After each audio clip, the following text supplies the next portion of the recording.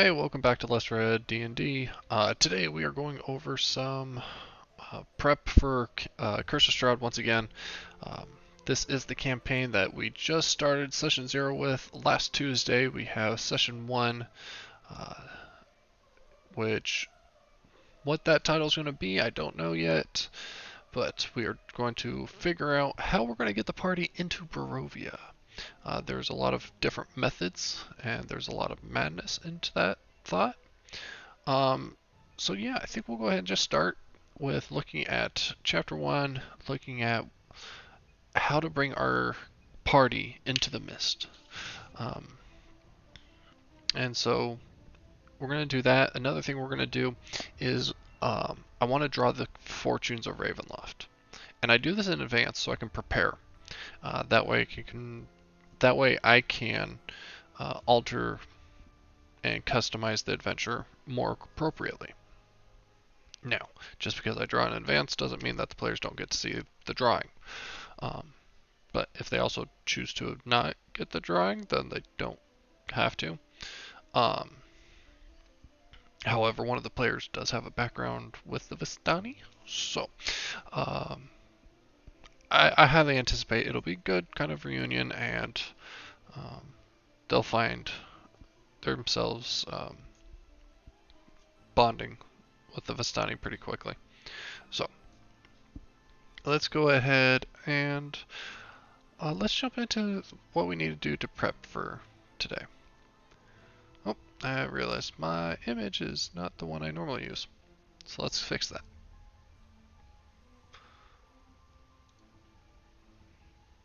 So normally when I'm DMing, I'll have my uh, image be Strahd hanging upside down from the top of the screen with my name underneath. But for this, I forgot to switch it over to me. Alright, so here we go. The first chapter in the Curse of Strahd book talks about the history and um, Strahd's goals, as well as playing out Strahd, as well as the fortunes of Ravenloft. So let's go ahead and let's head into. I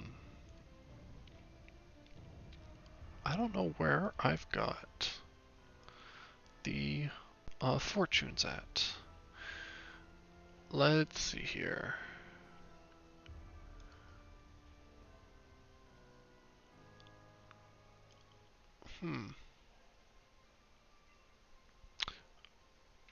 Well, let's do this. I'm gonna, since it's version 10 and we've got the cards, let's see what that looks like.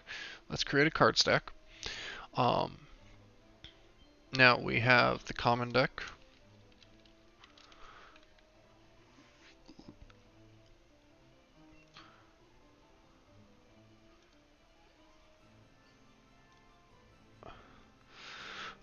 Alright.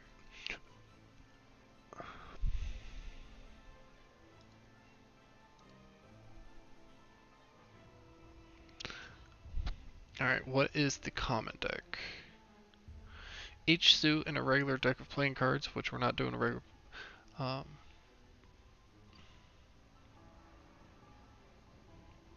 so Ace represents the 1 card in the Taroko deck, and the 10 represents the Master card. So, just basically.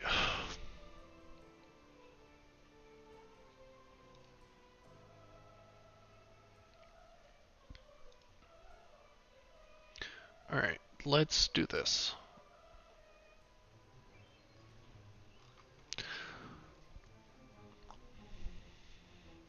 We're gonna go with One of Swords. Avenger. And actually, I'm gonna do this. I'm just gonna do copy paste because that's gonna be faster. Type suit swords.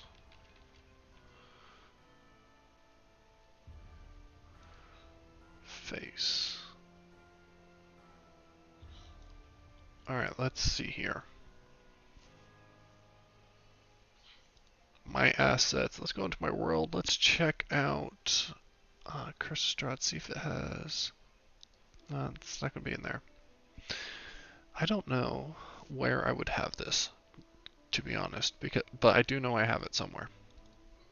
So let me check what my worlds. Data, packs, nope. Scenes. Oh, that's right. Let's go to my old Curse of Strahd stuff. Scenes, tiles.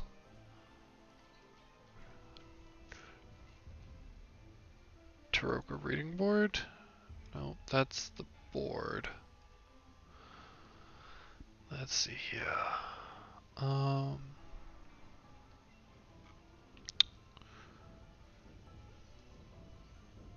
Tokens.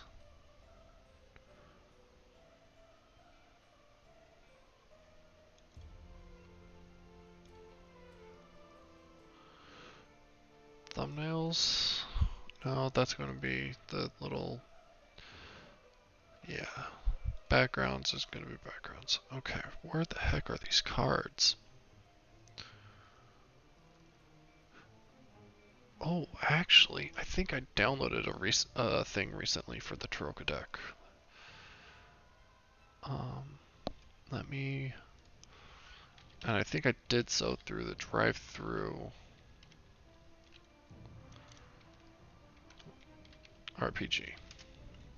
Let's head there and check.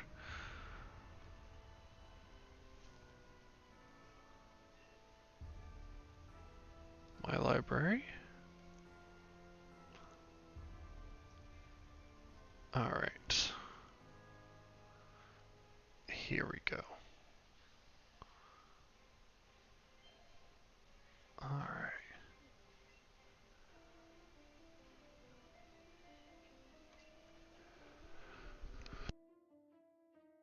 Alright, let's see here.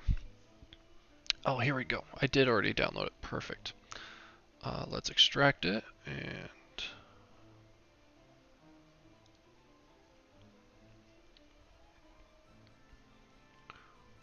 Alright, so it's not going to show up in here just yet. Let me go ahead and...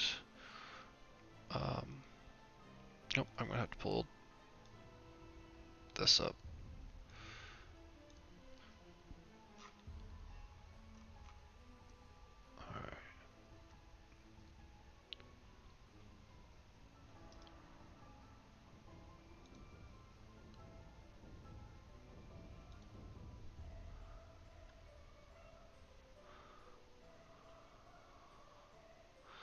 Alright, let's see here.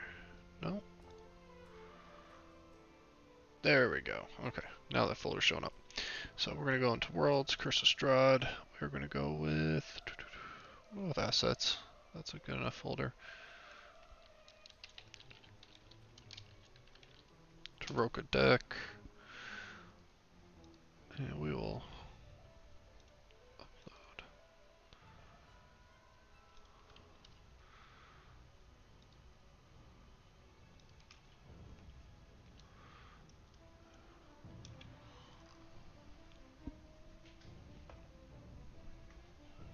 Alright.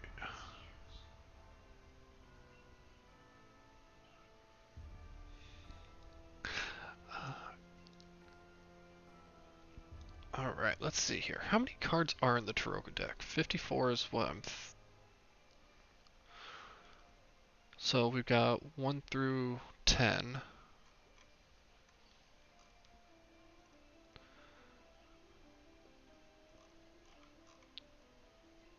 And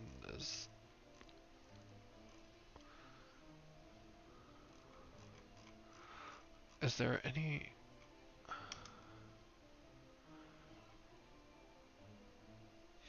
Interesting, because this deck that I've downloaded, and I'm going to be using, it's the Curse of Strahd animated Taroka cards, find on Drive-Thru RPG, and it, they're in WebM format, which is perfect um, for Foundry. So, all right, we're in Curse of Strahd. We're in Assets, Taroko deck. Oh, okay.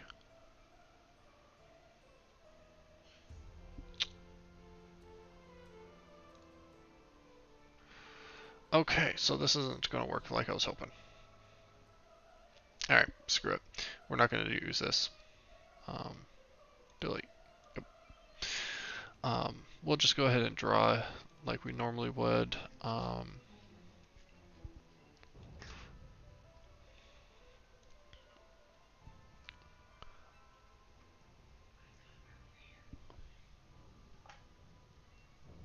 So let's do this. Let's go ahead and let's go back to Barovia. Scene Chapter 2. The Lands of Barovia. Oh, did I not? Ooh, I did not get that ready. So one of the things I'm planning on doing is instead of doing alright, well, before we start jumping at the gun, um, let's not worry about the cards just yet. I do have all the assets I need now, so I'm happy there. Um, but let's deal with the adventure hook. So there are 4 that the book proposes. A plea for help. A colorfully dressed stranger approaches the characters while they are staying at a tavern. The stranger delivers a letter from his master inviting them to the village of Barovia with an urgent request for their assistance. If the characters take the bait, the fog engulfs them as they cross into Strahd's domain. This is what I used for my group that's been running since 2021. Been 15, almost 16 months now. That's what I used for them. They have a big grudge against the individual, the Vistana that brought them into the land, Ivan. And of course, I named many, many of the men Ivan. But when they found this one, they definitely showed their dislike, which also caused a few problems. So I've done the plea for help. It's a good one. This one, so then we've got mysterious visitors. Characters are asked to scare off or deal with a band of rowdy travelers who are camped outside of town. They they say dagger forward on the Sword Coast in the Forgotten Realms campaign setting. Just any town works. Me personally, because I've got my own homebrew world, I would use that. The travelers welcome the characters to their camp, invite them to sit by the fire while their elder recounts a tragic tale of a cursed yet noble prince. The characters are then lulled into the trance by the fire, awakened to find themselves on a foggy road delivered into the lands of Barovia by their Vistani hosts. If I were to do that, I would just have them wake up at the Tesser pools. Then we've got Werewolves in the Mist. The characters are drawn together by a series of werewolf attacks. The hunt for the pack of lycanthropes leads the characters into a forest where they are swept into the land of Barovia.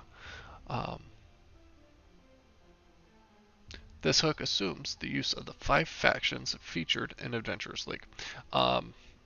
Again, you don't have to use Adventurers League or factions. For me, I would be, since the characters may not have a backstory tied together, maybe they come to this one town finding that the werewolf attacks are centralized here. And so they are going to be chasing after a specific, or after the werewolves. Maybe they find out that there's one that goes by the name of Arland. And so they're after Arland, the werewolf. I can have a lot of fun with that. Arland is the bard in my 21 Curse of Strahd group. And at one point he was cursed with lycanthropy, and a voice after he went completely mad and gave into it, brought him back from it somehow. I'm gonna have fun with that. So that one's got a hook in me. So, and then we have the creeping fogs. Characters are traveling on a lonely road through the woods, and the fog engulfs them. Boring. And they don't know what to do. So I discourage creeping fog. All right. But yeah, for me, I'm going to go ahead with this group and do the Werewolves of the Mist. So I'm going to take a look at this one to get a deeper understanding of what's going on. So the adventure hook assumes you're running a campaign in or near Daggerford. Again, any town works. It also assumes you're using the 5-player factions featured in Adventures League. Again, you don't need the factions. Welcome, Werewolves in the Mists. If you've heard the dreaded words spoken again and again by farmers, merchants, and adventurers alike. The hamlets east of Daggerford have fallen prey to a pack of werewolves that spills out of the misty forest on nights of the full moon. Cloaked in crawling mist that seems to follow them wherever they go. The beasts spread death and mayhem, slaughtering adults and stealing children before retreating back into the woods. Others have tried to combat the werewolf menace with little success. Alright. Now, there's a lot of good information here that I do like. Alright. It identifies a timeline of when these groups are gathering to fight off these werewolves. So, Midnight Forest,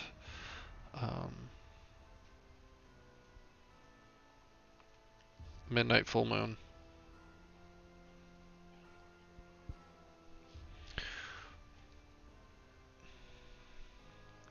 Forest with Fog.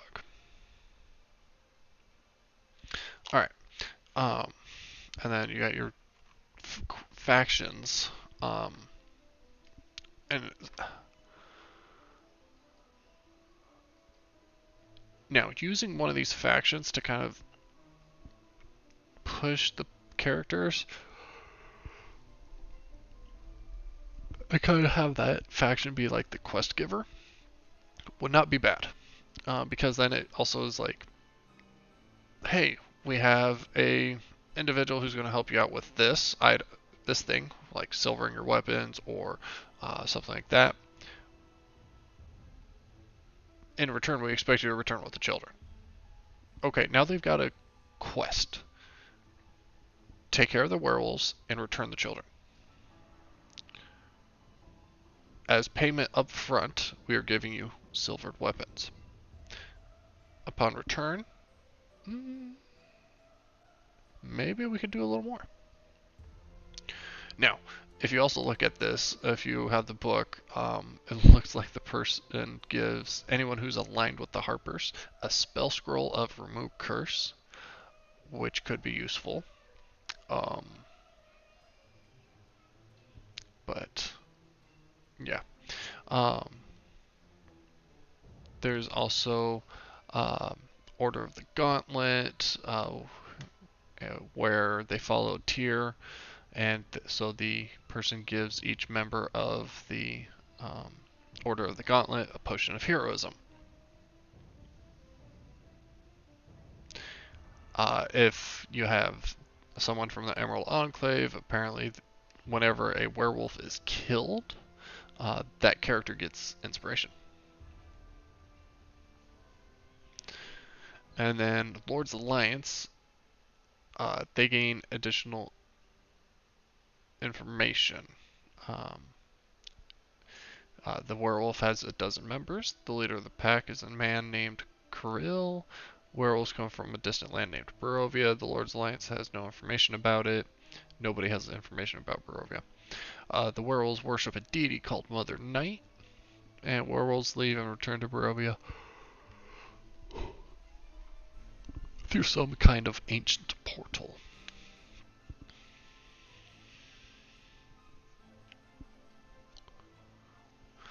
Alright. Oh, okay. Any Lord's Alliance character who graces to destroy it is given a spell scroll of magic weapon.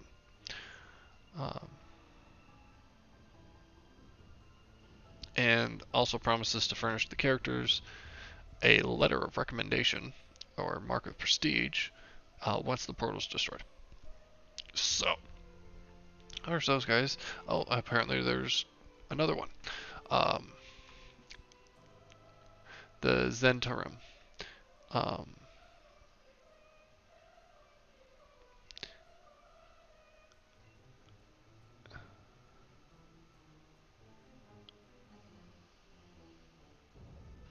Again, this would be a mark of prestige or something like that. So, okay. I'm not using the alliances. I'm not using any of those because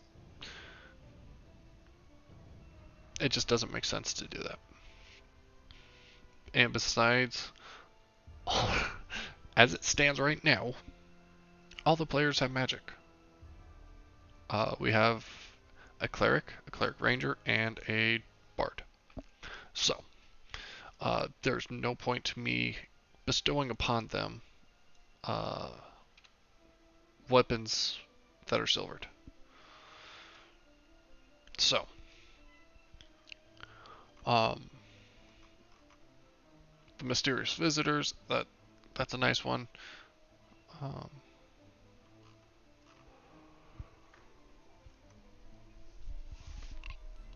So I'm gonna go with my own variation of Werewolves in the Mist. So with that, I think I'm going to need to pull up a few maps, or at least one map. A standard map, not a creepy, dark Curse of Strahd map for fighting a werewolf. So let's go ahead. I'm going to pull that up right now. Even better if I can go ahead and find a map from Seafoot Games, in my opinion, because it should be pretty straightforward. Let's see here, generic forest. I just want a forest.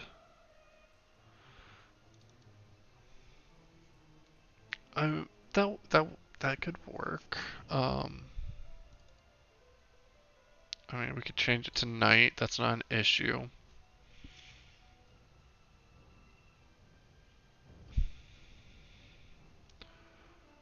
Let's see here.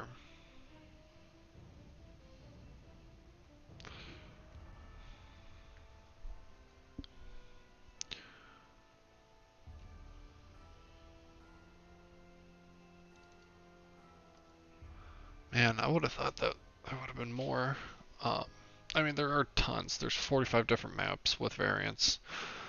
But like, what I'm seeing doesn't really like draw me in. Because like, forest. I mean, that's what this one's titled. We also have Elven Forest, but like, that doesn't work for me.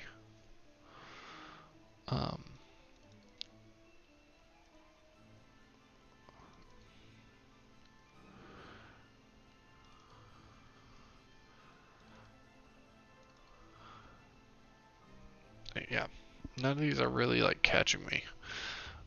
So I guess we're gonna have to pass on Seafoot Games maps. Let's see who else we got.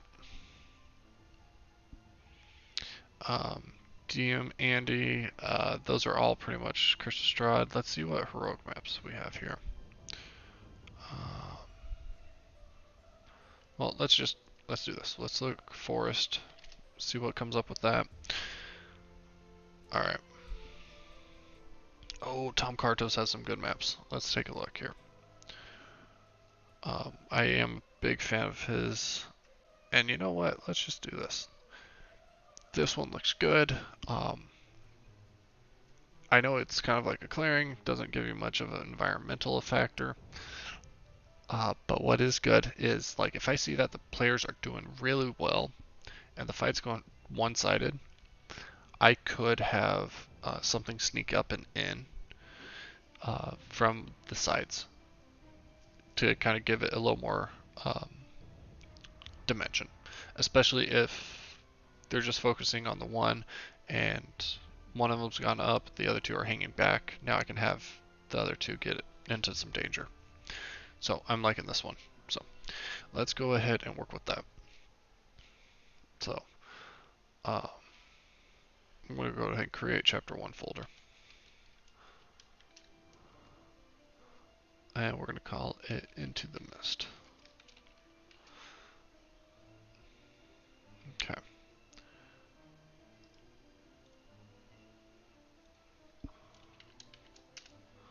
Alright. Into the Mist, and we're going to have forest.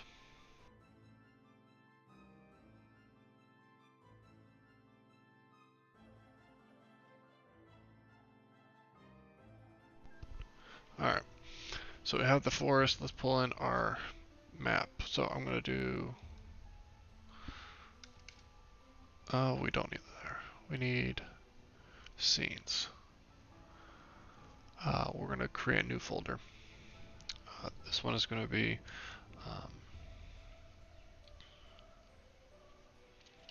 Tom Cardos, because that is who this map is by. And we're going to choose... I'm going to create another folder. Just name it Forest. And now we're going to drag in the one we are after. So, of course.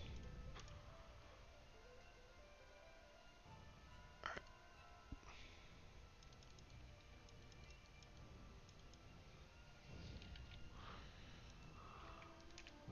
There we go.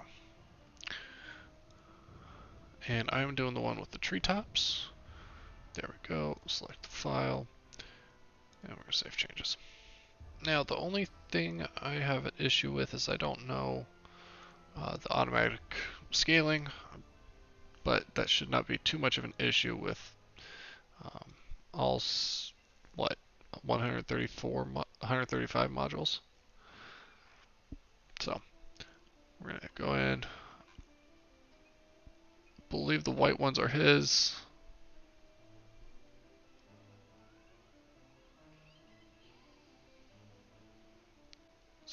Sometimes it's hard to tell. Alright, so we're going to have to do this a little more manually. Configure grid. Because, yeah, like I said, I cannot... Oh, wow, way off. Okay. I think 72 is pretty close. There you go. 72 it was. But also I can just make that invisible. Go there. Go to our lighting.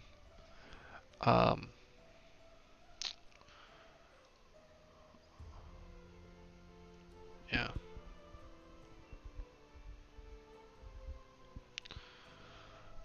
I think we're good there. Lock view. That's what I needed. Vertical fit. Exclude sidebar and lock view. Okay. So let's do this. Oh, let's also configure the initial scene view. Let's add.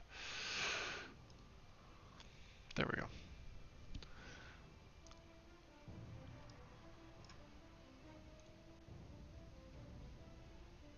Okay. So this map we're using Tom Cardos. Normally we use DM Andy for the rest of the Curse of Strahd stuff. And so it's a little bit of a change for us. We're also seeing that we have and then for music wise, I looked at the other playlists that I had, and right now I'm just going to be sticking with Ivan Dutch's music.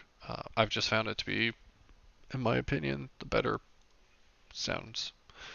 So let's go ahead, let's hop back over, and when we go into forest, it should... Okay, so lock view, it should make it so it's full screen for me, or I'm zoomed in on it, is what it should do.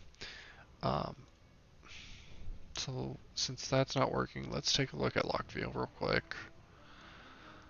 User configuration. I guess I'm just gonna have to make it so view box for everybody.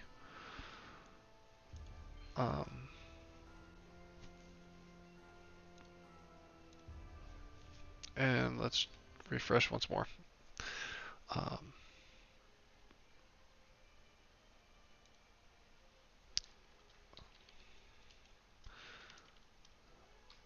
so go from there. And then let me see.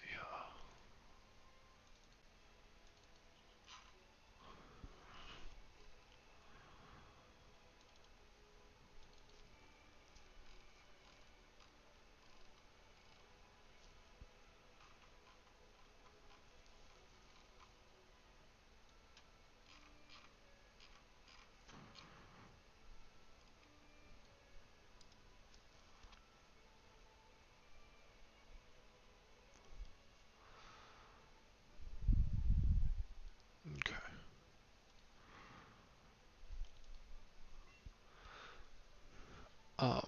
I'm just gonna start doing audio currently right now with on the side just because we're refreshing pages. Obviously it didn't work because the landing page is configured with the same settings. But if like I had my camera view pulled up, it would be correct. So, um, I mean, it works well enough. So let's hop over to forest. Real quickly, let's go ahead and get some walling done.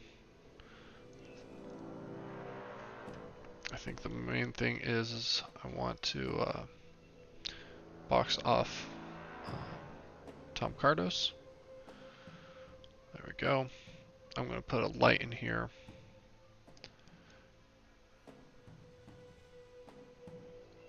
And then we're going to edit it. 20, 15, 15.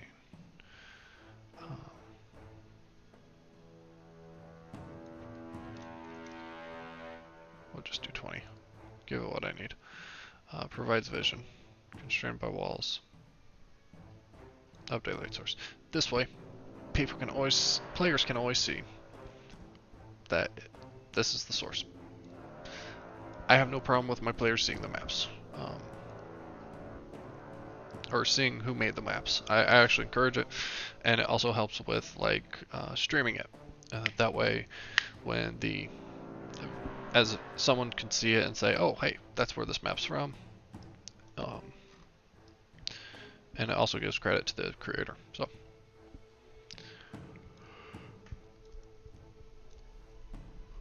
Deal then. There are a lot of trees in this map, so it's going to be a lot to do. Let's get that done.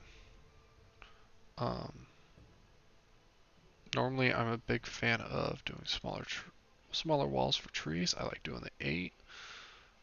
Yeah, let's just stick with that. Now, the nice thing is because of its size, we can do this pretty quickly. So all I'm doing right now is I'm holding down Alt and left clicking, and that is the size I am going to go off of.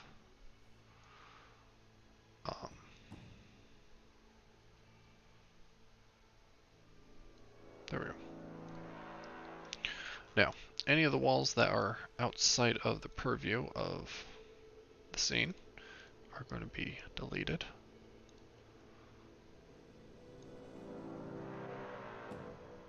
I'm going to go in just a little bit more. And actually, I don't even need to bother changing the wall type, because this is going to be quick and easy here in a second. Alright, I think we got that size all done.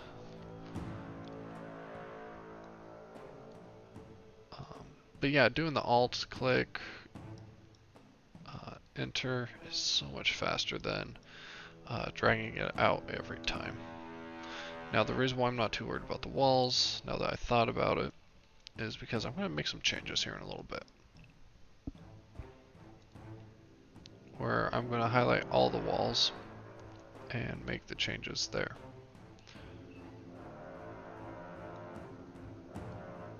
Alright, just to make it easier, I'm going to go there, go here, enter. And so what I'm going to end up doing is I'm going to be editing all the walls so that they can pass through. Oh, this one's a bit bigger.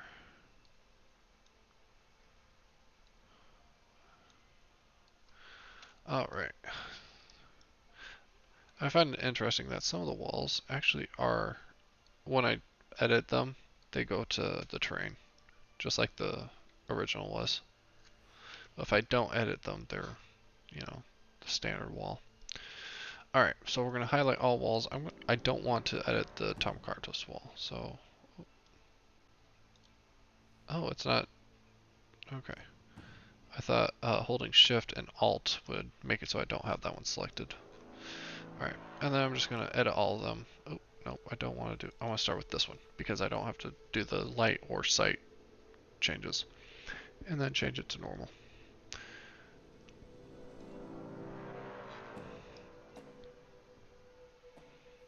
And actually, there's another thing here. Provides cover.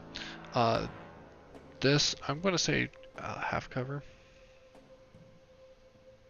So if a creature's within that range, what I normally would do at this point, and I think I will, is I will do another circle. Actually, if I'm going to do that, I'm going to want all the terrain walls to be facing one direction.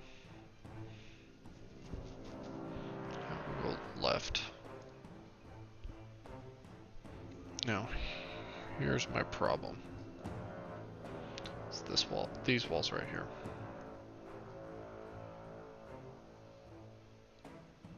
There we go. That works. This one actually got way too wide.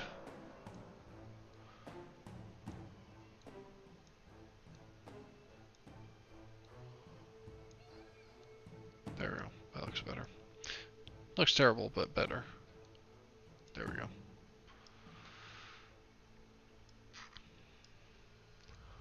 Alright. So what I would normally do at this point is I would do a small little tree stump, basically.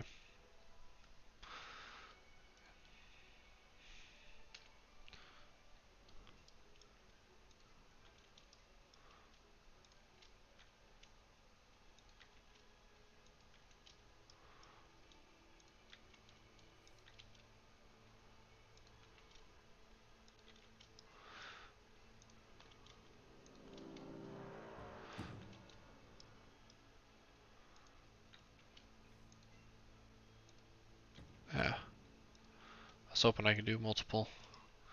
Maybe if I did Alt Shift. Oh, that's not Alt Shift. Alt Shift. Nope.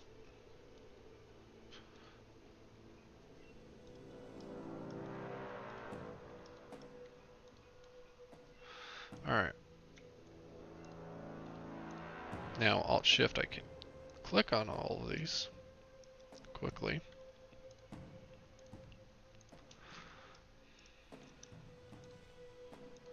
And Nice thing is it makes the points nice and big when you're holding Alt, so it's easy to click on them. Then, since these are so compact, it's not much of an issue. Alright, and then I'm just going to change these to the terrain.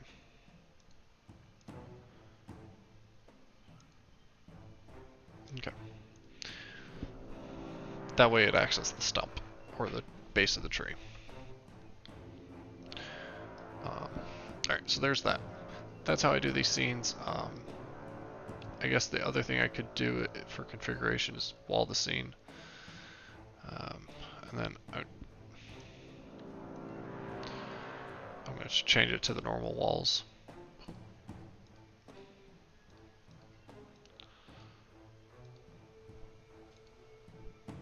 There we go. And finally, let's go ahead and grab all the outside walls. Now, some walls I don't want to delete because of their appearance within. And yet you see some of these still get deleted. So I'll just have to go back through. Yeah, see this, it didn't play very nice with all the walls. So just gotta make those small adjustments or add in some small walls. My only issue is like it doesn't always match up. So let's see here.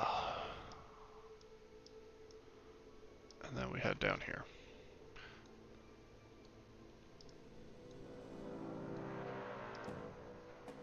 Honestly, I'm not going to be too worried about getting them to be the same type. And right now, I think that's fine enough as is.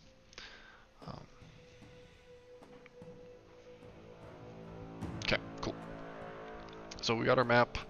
Alright. One thing that I wasn't going to do until I started dropping down characters is pulling in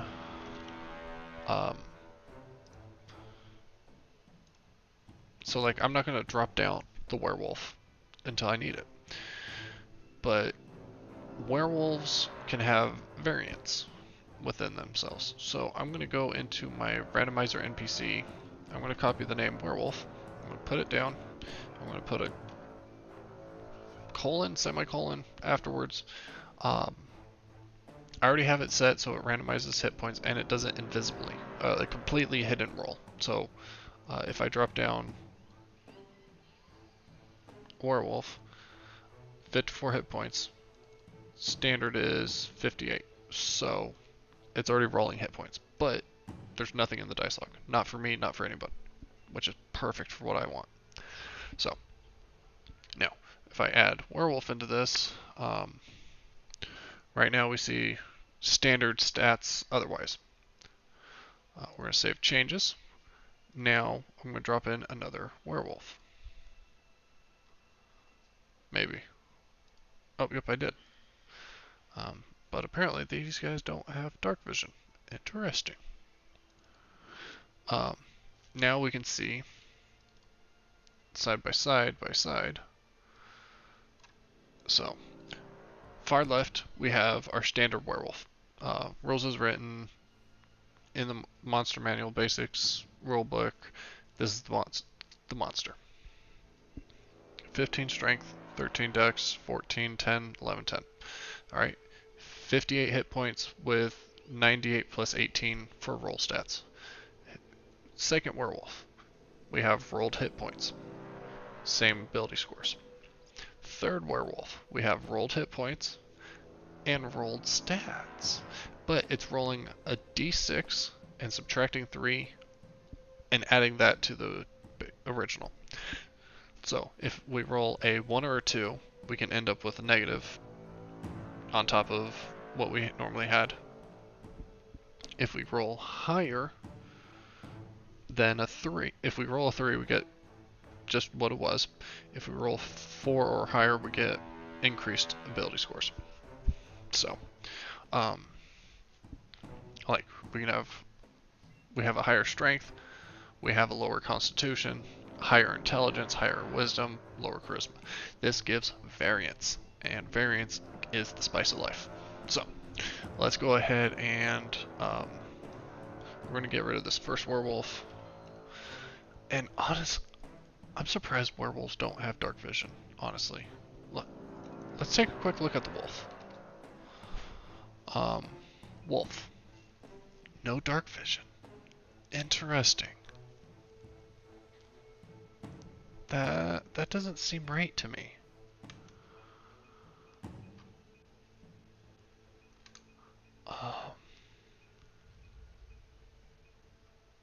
So I'm gonna pull up. I'm gonna pull them up on the side and take a look on those, because that just doesn't sound right to me. Because to me, I think when I'm thinking of wolves and whatnot, I'm thinking they're natural night predators. They should have dark vision, but they don't. So it's, I mean, you see where I'm coming from on that, though?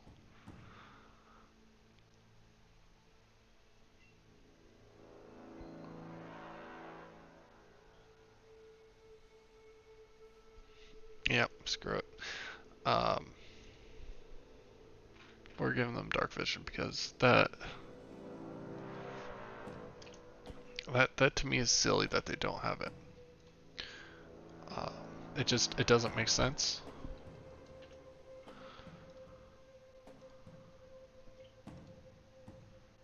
So we're going to go that route.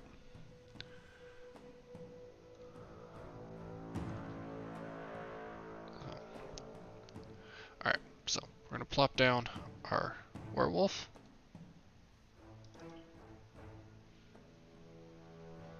Vision.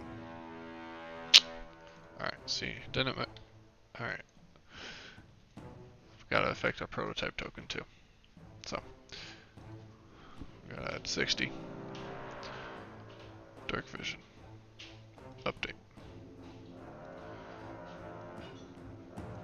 Now, there we go. I guess we gotta do the same with everybody. Vision. 60. Update. And now I wish I could right click and just affect the prototype token instead of having to go into the character sheet and then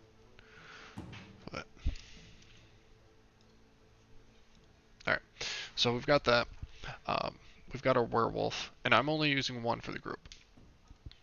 Now, if I were to drop down my player characters, we got 3 of them. Drop those guys down. Let's get them into...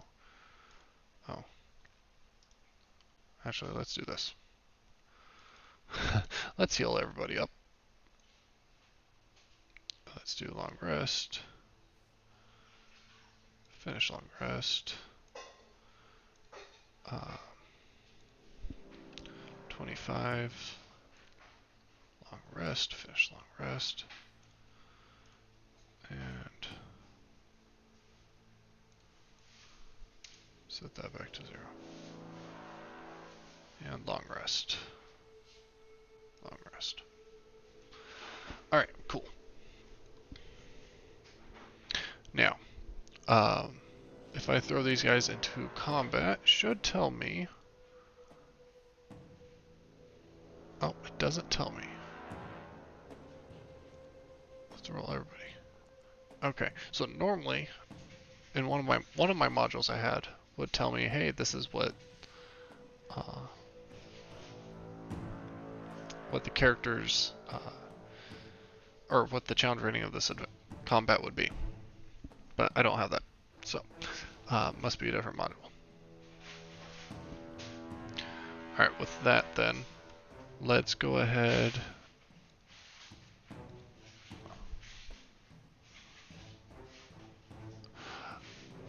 are they doing it?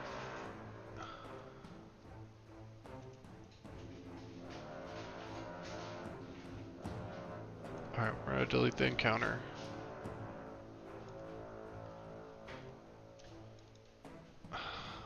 Alright, what's going on? Because...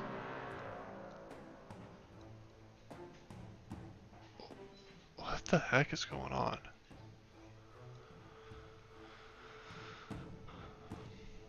Alright.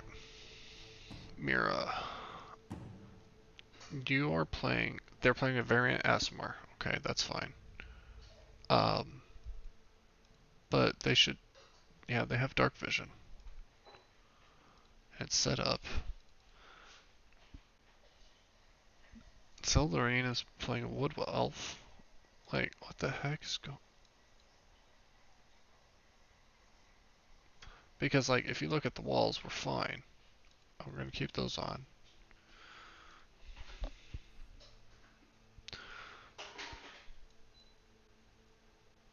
Alright, we're just gonna refresh the page to see if anything clears up. Oh, and I just realized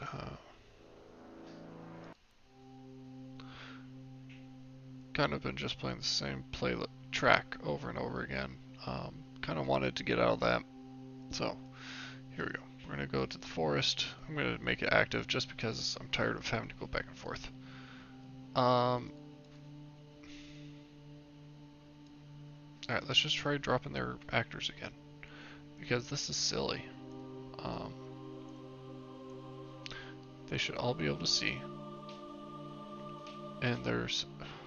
wow, this is all screwy. This is not good. I mean, the werewolf can see fine. Let's... I guess let's go into the vision resources. I wonder, what's the difference between how the werewolf is set up and the players? Detection mode, advanced,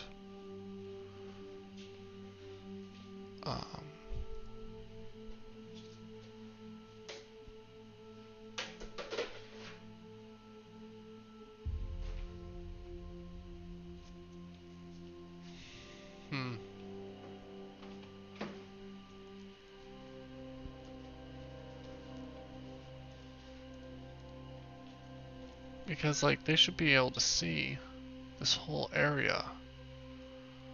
But it's, like, shattered.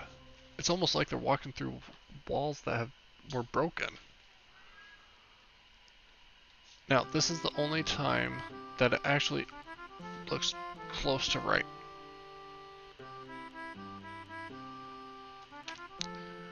So, I think what we're going to end up having to do...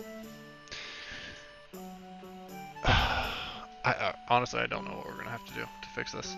It's just funky. I'm going to...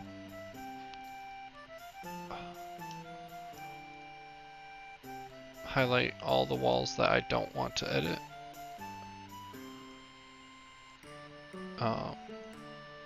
Because what I'm going to do is I am going to...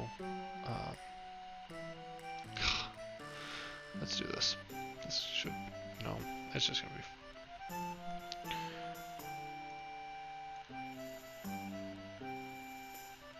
it's weird problems like this that are kind of frustrating.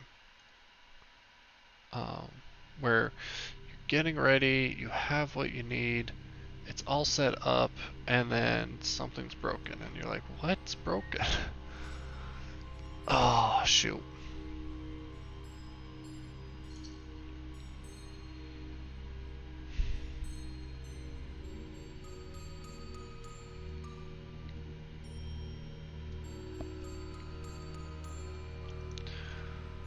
Alright, let's do this. It's easier to click the trunks of the trees than it is to click the outer walls.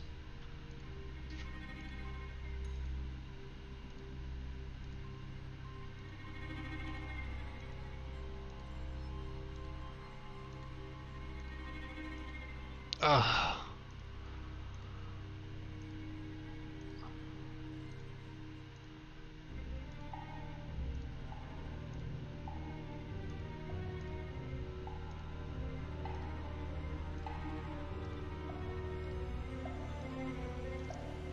Alright, almost there.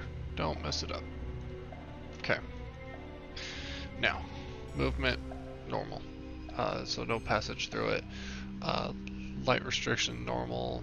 Full cover, update. Okay, let's hop over. Okay, I think it was just all the variance in the walls that was causing problems.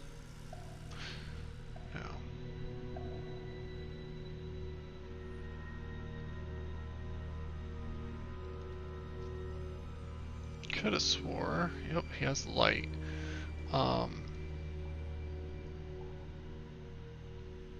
Because he should have a spell.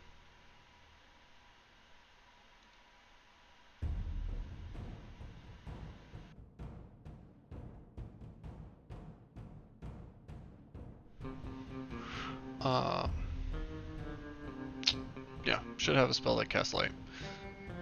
I don't know what this little icon is for. I know there was one for torch. Let's pull up that module. Because like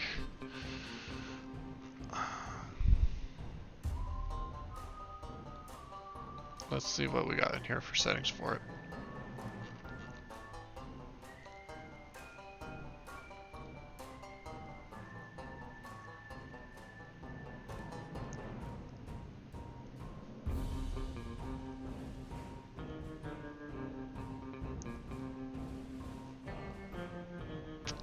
Alright, well,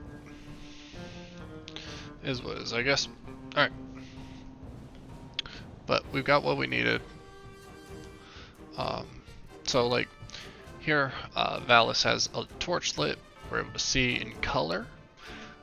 But if we go to Zeldarine, we can see what's in color, but what we can't see with the torch is in grayscale. Same thing with Mira. Same thing with Werewolf.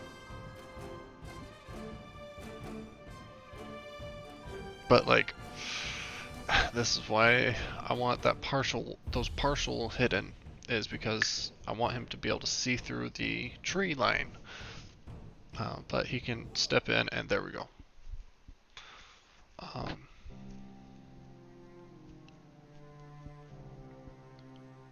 Yeah.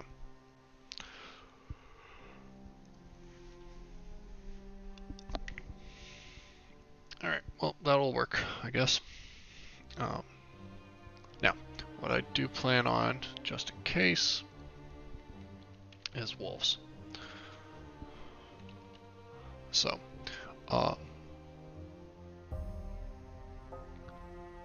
honestly, let's see here. I'm going to pull up the D&D Beyond encounter thing. I love that it's been in beta for 2-3 years now.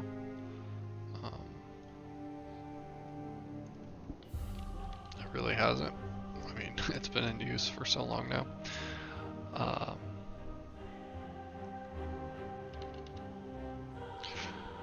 Let's see here. Okay, werewolf is basic rules. That's what I thought.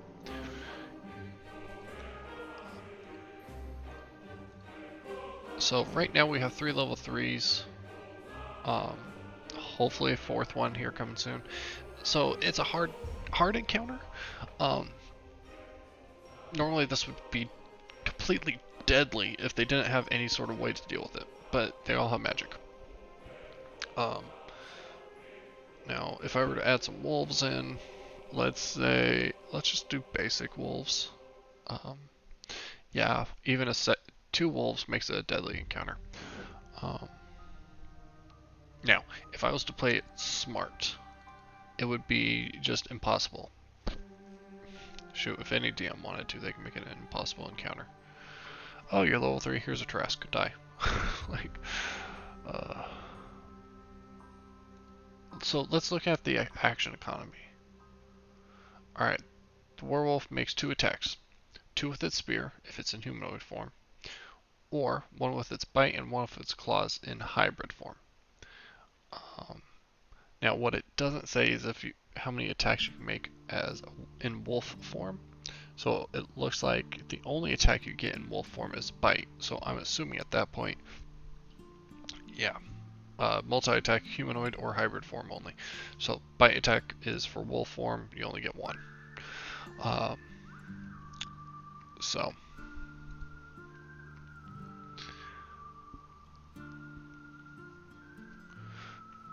what we'll do is we'll go ahead and do the bite, or we'll do variant or the hybrid form.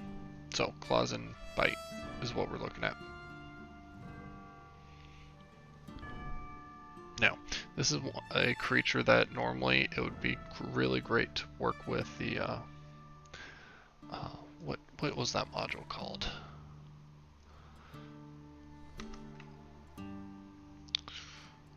Token HUD wildcard.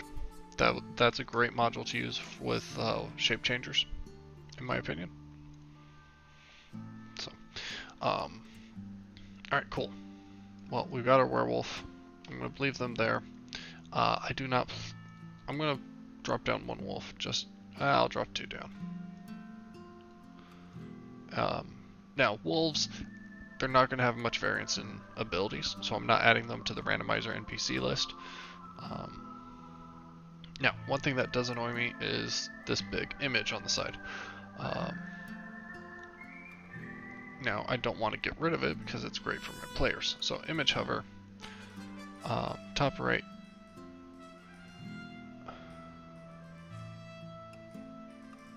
milliseconds.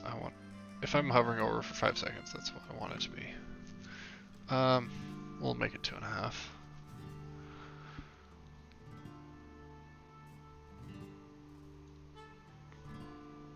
And then required actor, no, okay.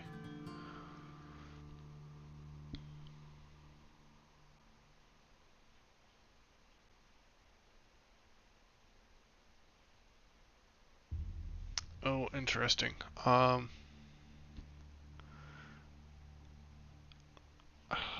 could disable. I want it enabled for everybody except for me. Alright, so we're gonna do this. Oh wait, can I lock it? And then... Oh, I can. Perfect. I locked it, but... There we go.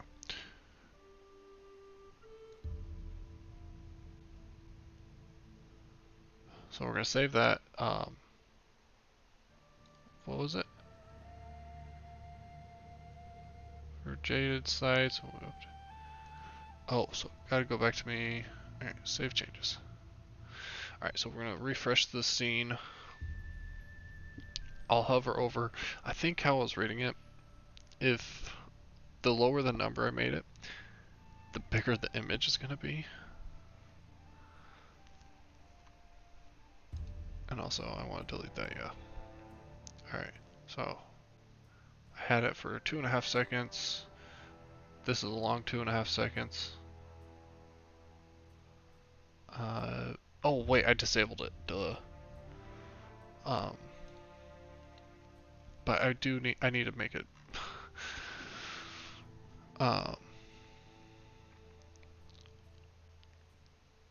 image hover, there we go.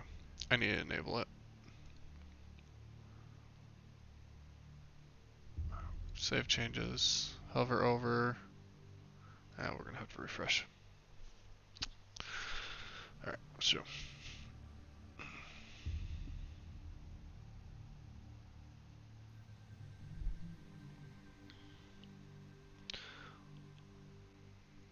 Alright, let's hover over about 2.5 seconds. There we go. Okay, yeah, that made it way bigger. Alright, so configure settings. Go into image hover and the smaller, so make it big. Make it a 15, 1 out of 15 scale.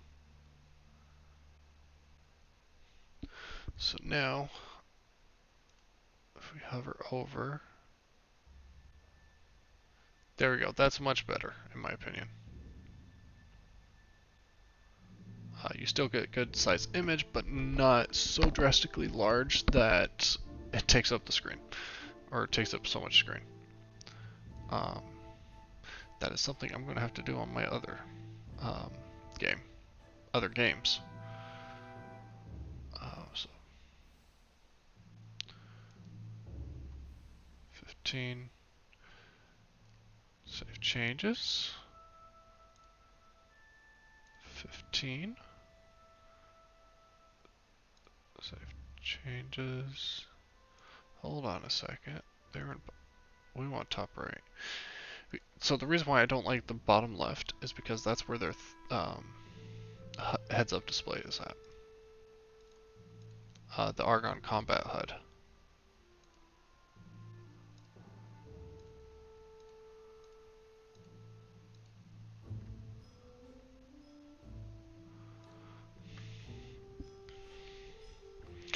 And actually, let's go ahead and give them 2.5 second hover for it to show up. And this is stuff I'm going to have to do on my other, for my other group as well. Alright, so, and then me. Oh, all players.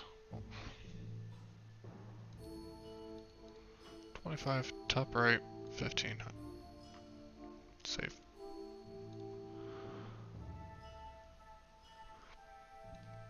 Okay. Well, that would have been a lot faster. Okay. That should fix that. Because, I mean, I could live without seeing it, but having it pop up is fine. So, we've got our werewolf. They'll chase after it. Actually, I think what I will do is I will have those two wolves attack. So I'm going to go ahead and make them invisible. I'm going to drop one in. I'm going to drop one in down here, and another one back behind this tree here. They'll come in on the second round of combat. And the start of the third round, this werewolf will leave, running back. The reason why they retreat is to lure the players in, because I feel that after a round or two, they're going to destroy the wolves, because wolves are pretty easy to destroy, especially if I keep them separated. No pack tactics. My only concern might be the werewolf, because this is 3 level 3s against a werewolf. So, like, let me see here. And I'm going to pull up there. So let's move you guys to the side. Oh. And then Valis, let's put you down here. Alright, werewolf. 68 hit points is 1.5 what they, yeah, it's almost double, almost triple some of those characters. Let's see here. So, 6 and 7 damage. Okay, so it's not terrible. Now, the lycanthropy curse, I am not going to be focusing on trying to inflict that on any of the characters. That is just, like, really, you're going to basically kill off a character with one bite attack. Like, that's just not right. So, going after claws and bite. Alright, cool. We'll go with that. I have no problem with the werewolf, and then we'll bring in the wolves second round, and then third round the werewolf retreating. So we will let the players finish off the wolves, and then we give chase to the werewolf, bringing them into the lands of Barovia. Now, where do they enter the lands of Barovia? Let's find out. I wish there was a quick way to close all the character sheets, but there isn't. So, alright, now, we can get rid of the clearing. We're done with that scene. That was a good little one-shot. If you missed that, I do have Session 0. It was a dark and stormy night, so we discussed house rules. That is available both on Twitch and my YouTube channel. Let's see here.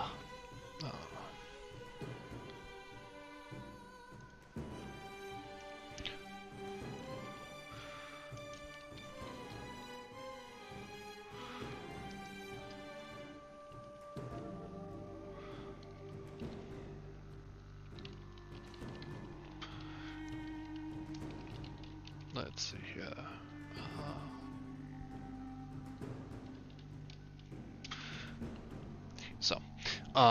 Yeah. You can dig around. You can find it on my Twitch. You can find it on my YouTube channel. I do post updates on Instagram.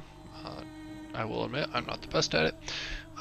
There is room for more players in my Tuesday night Curse of Strahd group.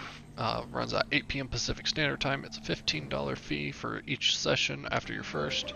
And then the White Queen. That application, it is still currently open, though there is some tweaks as it did not start this last week. We are still trying to figure out a starting time as we don't have enough players just yet. So, with that, let's go ahead and realizing probably should turn down the music just a touch. Let's look at the map of Barovia. So, within the map, like now lock view has me zoomed in too far. Within the map, here I've got the player party, or the party token down here.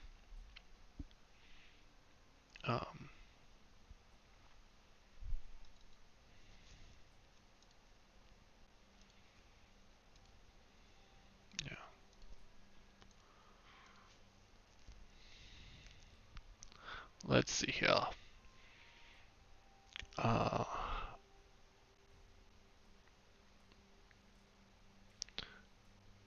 Where do I want the party to come out is the question. Do I want them to run in through the gates of Barovia, the eastern gates? Do I want them to run into the Vistani camp? So the problem with that, when my brother ran the campaign for us, his group, he did this introduction, and we ran through chasing after the werewolves, and we found the Vistani camp at the Tesser Pools.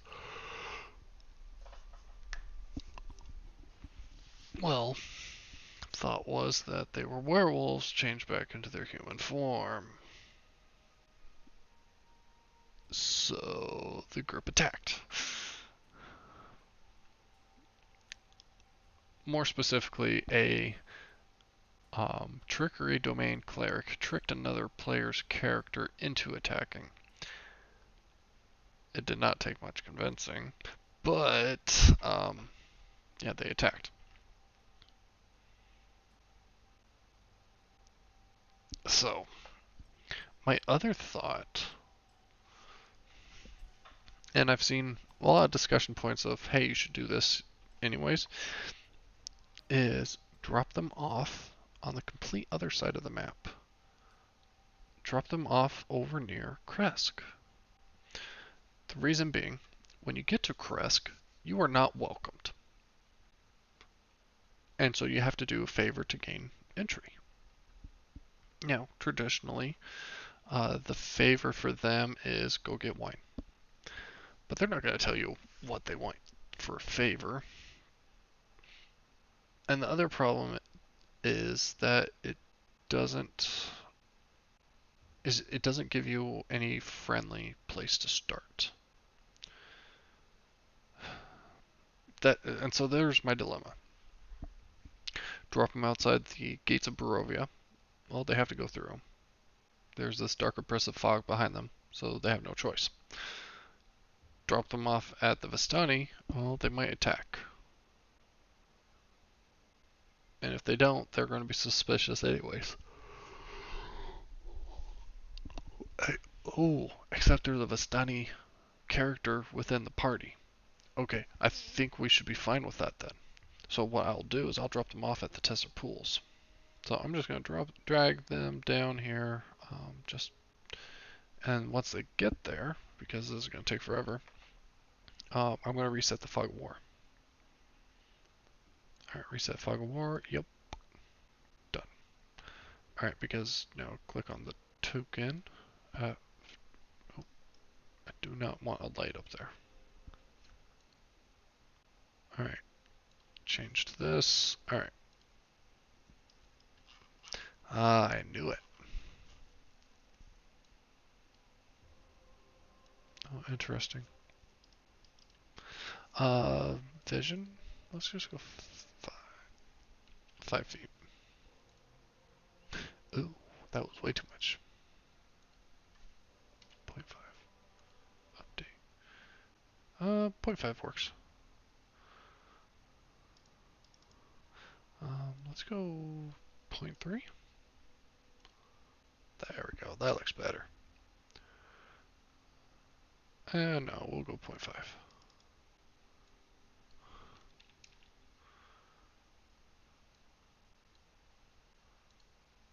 And then.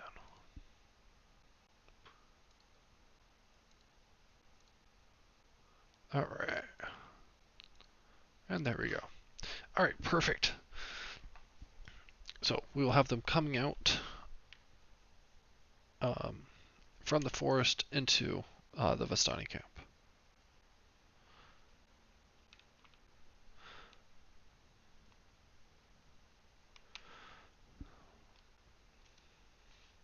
At the Tesser Pools.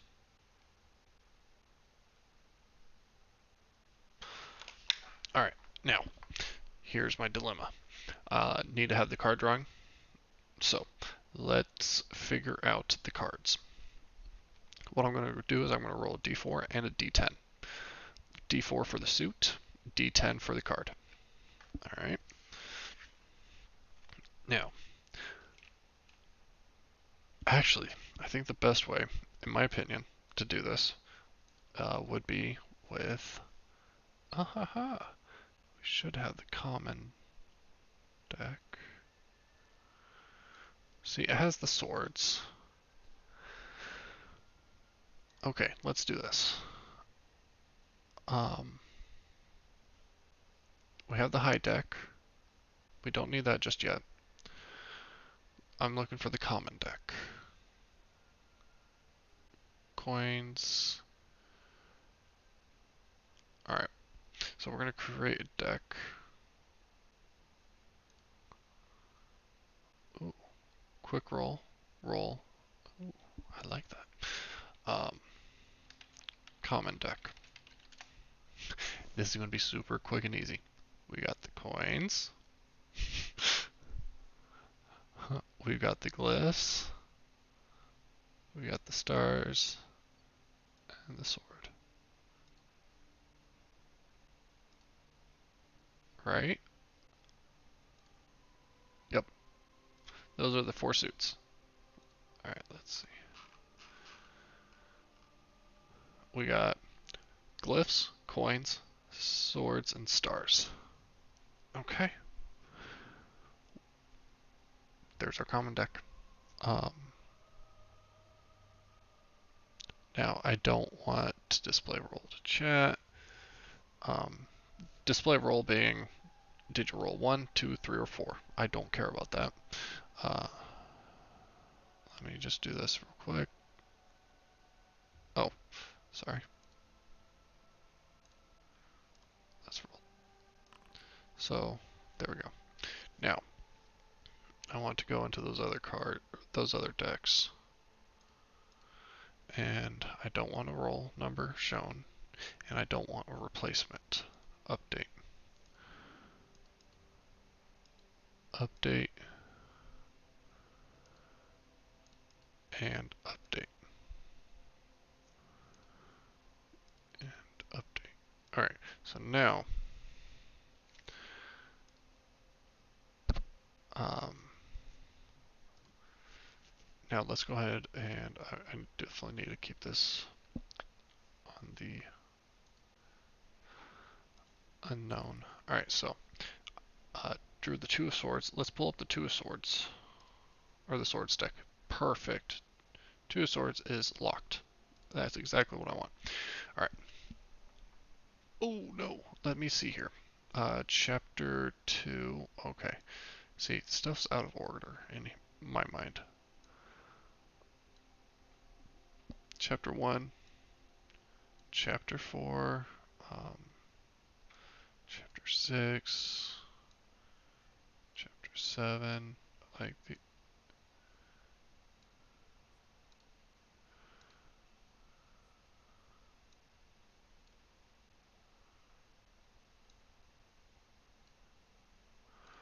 Interesting. Alright, well, whatever.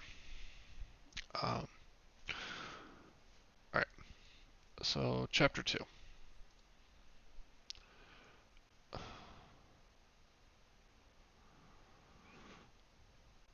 Let's do this. 2, 3. What the frick?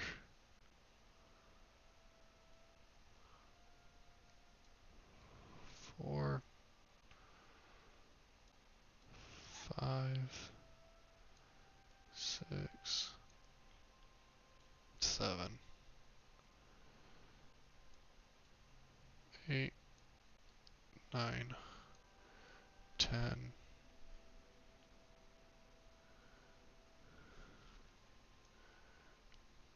10.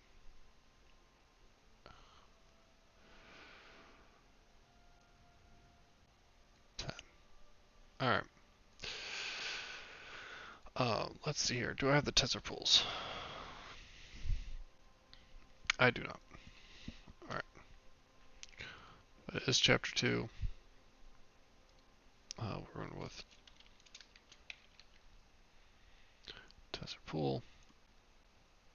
Alright.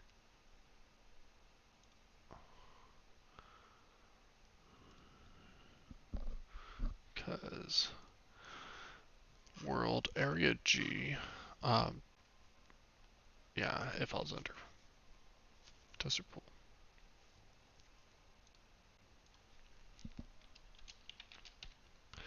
Area G.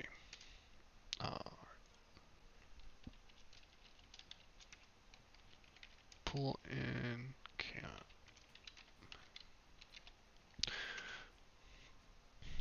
Alright.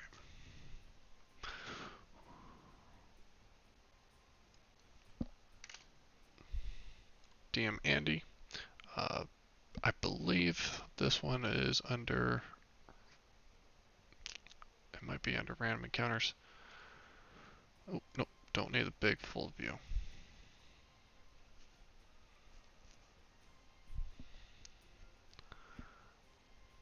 Now, whatever we don't finish up tonight, I am going to be finishing up tomorrow because I do have to have this ready for Tuesday night. So, there's that.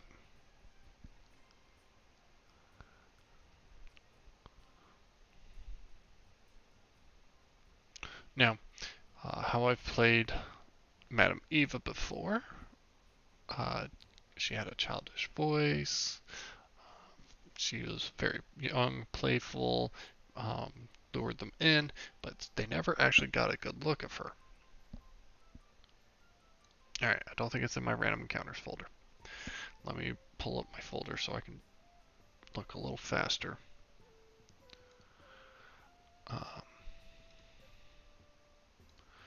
Count Strahd scenes. DM Andy. Oh,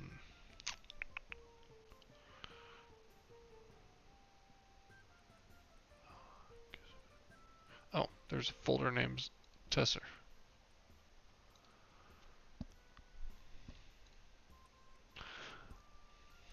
Oh, interesting. I have 2 encampments. We're gonna have to see what we got here.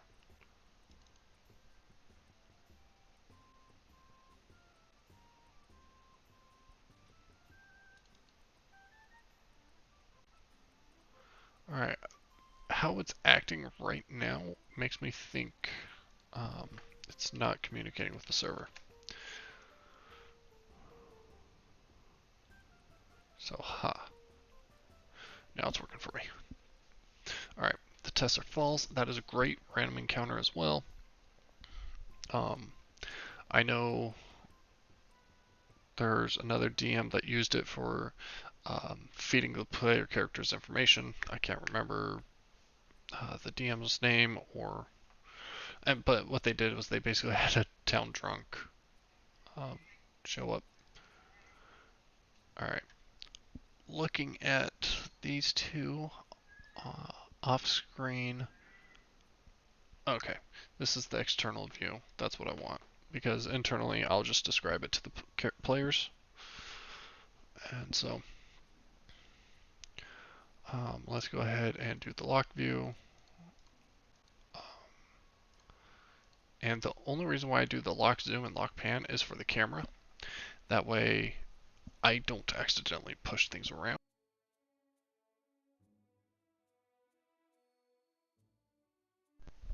Yeah, I don't like to push the scene around. So, alright. So I've got my decks over there out of the way. Oh, do I have... Oh, no, close that. Okay, I'm going to have to see about that.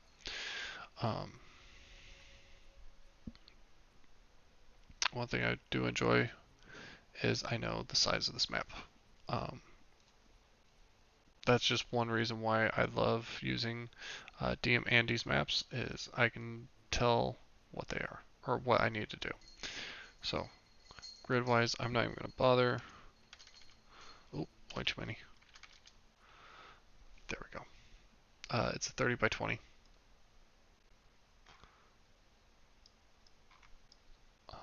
And there we go.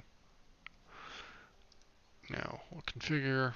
Oh, don't need to change the grid color.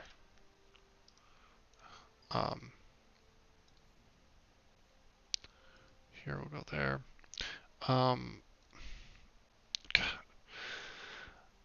The time like, it's 4:20 in the afternoon, and it's showing it as night. Come on, just no.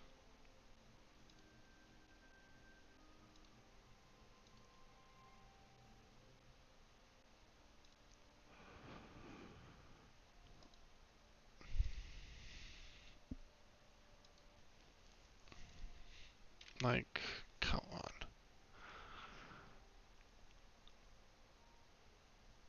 Honestly, I'm really tempted to try and get rid of small time. The problem is it's a dependency for so many of my modules that rely on time. But it's a pain in the butt, because like it doesn't have daytime. It's nighttime. Except for at 0. 0 is freaking midnight, and they're saying there's...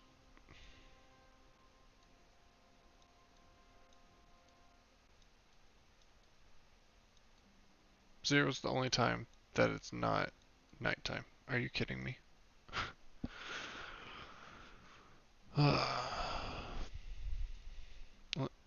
Well, let's do this. We know what's wrong. It's the time. So what has time in it? So we're going to go with a simple calendar. And I don't need the calendar. I need the settings.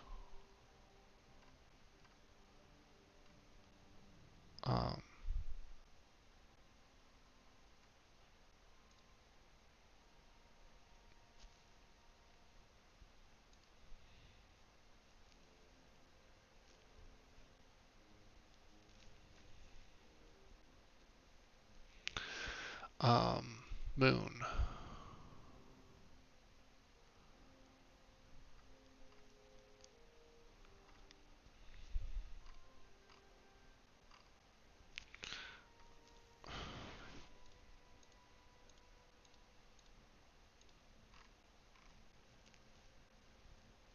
Like, I tried working with this module, simple calendar, and it's just so freaking confusing, and it doesn't...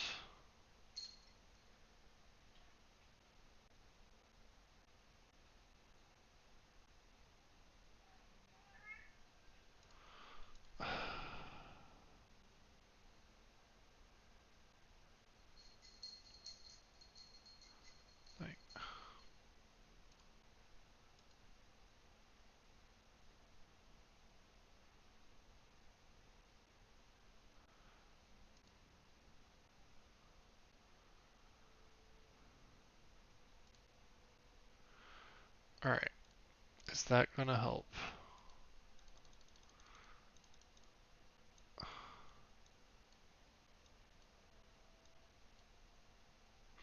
Thank goodness. Okay. So now I can have it be late at night when they go to track this werewolf. Alright, that fixes that. I guess I can breathe now. Let's head back to the Desert Pool encampment. Now, it's still going to be night, so there's that. There are a few things I would like to do. One of which is let's go into the Bazaar modules. JB2A. They've got some art that is generic that I want to use, and it is fires, campfires. I I just need the flames. So let's just look for flames.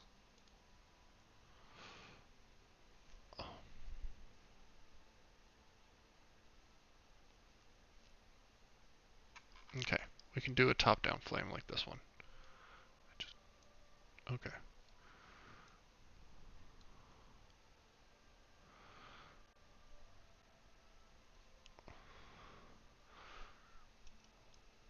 Alright, so it doesn't... There we go. That's better. And we'll go ahead and lock that in. Um,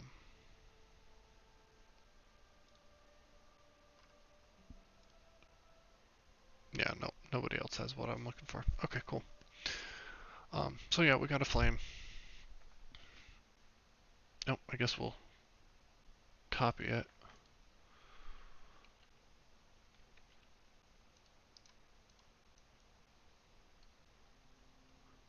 This one's a slightly smaller flame.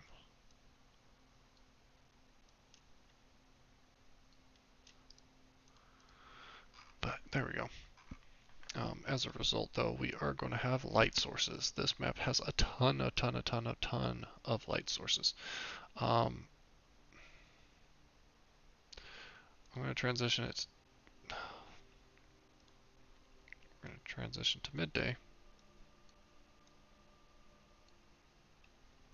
That way I can get the true colors that I'm after.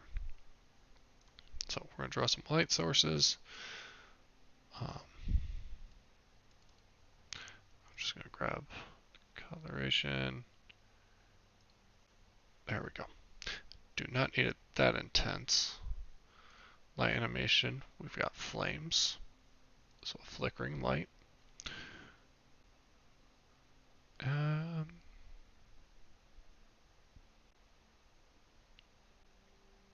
Yeah, we'll just leave it at that. And we'll just... The only thing I do want is the attenuation. Up to 100%. So, here we go. We're going to update our light source. We're going to copy it. Paste it. I did not check the size. 30 by 15. That's not bad.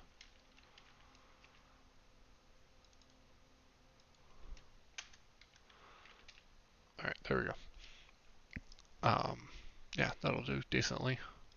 To me, it's just bizarre that a torch does 40 dim and 20 bright. That is just so much.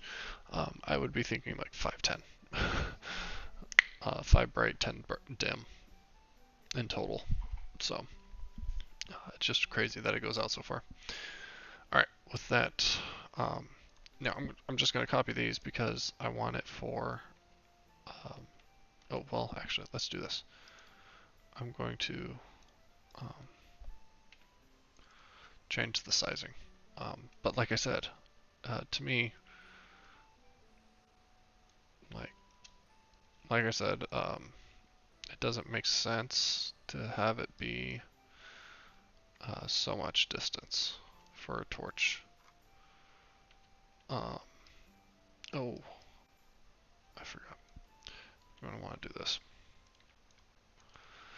I don't want this flickering. I want it... Oh, I do... Alright, my bad. I do want it flickering.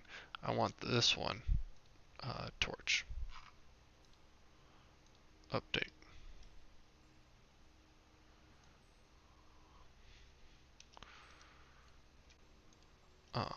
But here's my issue with that. We stop seeing.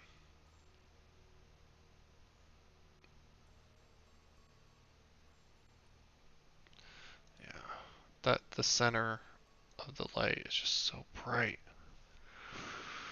Um,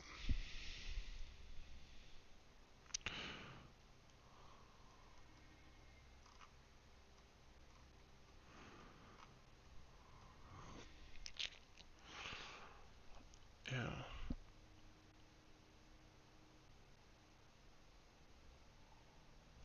Well, I guess that's just what we're gonna go with. Um,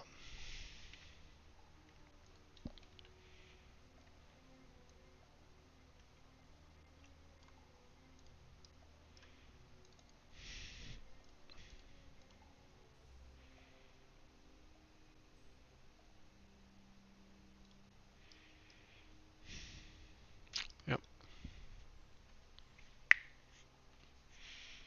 Okay. Um,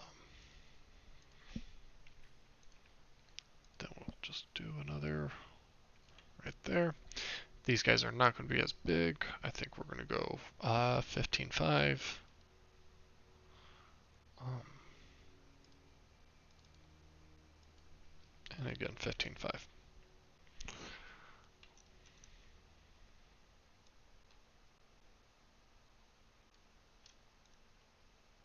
Now, because they're so adamant that they're going to be bright, um, definitely need to adjust the color settings. Now, these ones I'm not as worried about. Now, I'm going to do this just to make things a little bit quicker. I'm going to copy the 4 lights and paste them in the area of the wagons. That way, hopefully, I can just get this done a little bit quicker because I've got the total number that I need. Alright. Now, let's go ahead and get our walling done.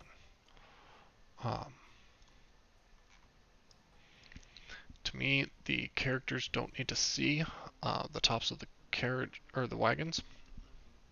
But I mean, the DM Andy put so much work into making these look so colorful and vibrant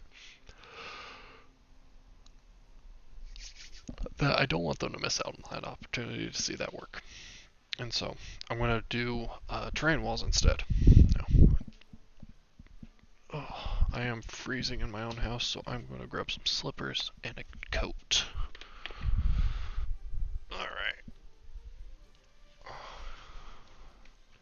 Here we go.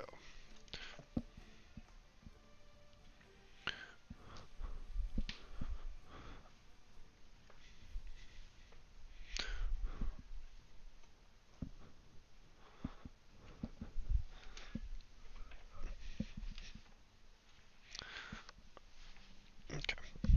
Alright, terrain walls. Oh, hello.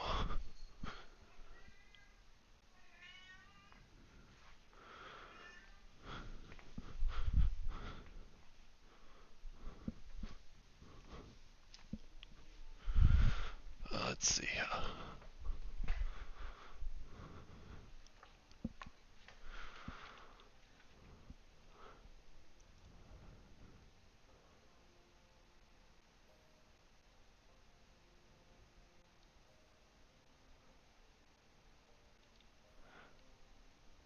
Thanks for the follow. Sorry I'm a little late on getting that called out. Um, Mostly focused on getting getting these scenes set up for Tuesday night's Curse of Strahd. So, oh, missed a little section there. All right, let's see here. There we go.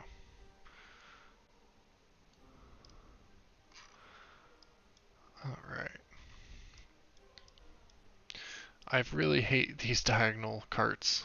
They are a big pain in the butt just for the sake of walling them. Granted, they do look nice. And then this one here.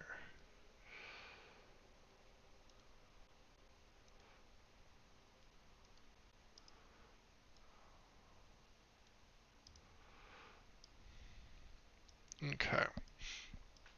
Now tents, I do the same way. Tents are fun. Uh, so I'm going to go ahead and do circles with them. It's going to be 8-sided. Alright. Now the annoying part of... we're just going to... Oh. We'll just draw it. Accept it, and accept that we're going to have to make some adjustments. Where we're just going to move things slightly so that they line up with the ropes.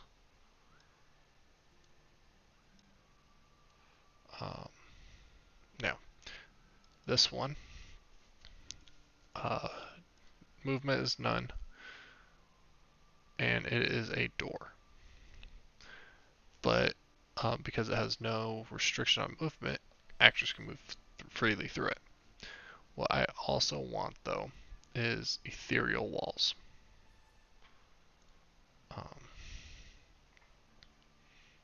And basically all they are going to do is connect opposite points. Since I can't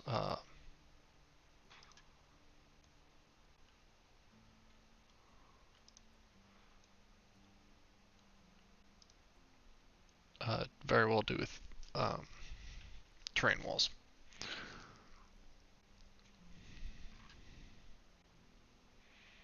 But let's see here. I mean, the alternative would be make this a tile and use the interior view map, but that's a lot more work than what I really want to put into it, especially since they're not going to be revisiting this map. Now, what I'm going to do is I'm going to select these walls. I'm going to copy, because all the tents magically are the same size. Now, I know this one right here is my door. So, oh, I don't have a way of rotating walls. Phooey. Alright.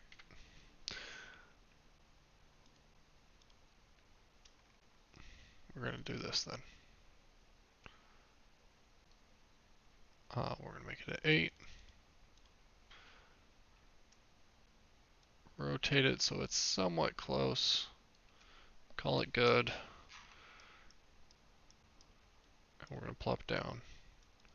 Another one here. Let's rotate it. That's good. Another one here. Here's our entrance exit, I would assume. The only one that makes sense.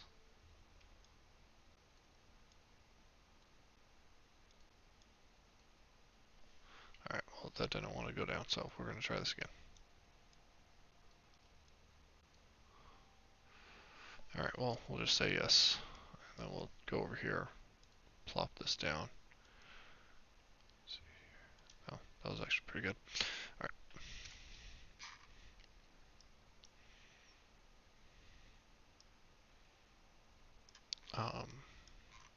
So yeah, let's go ahead and get these done real quick since we're over here already.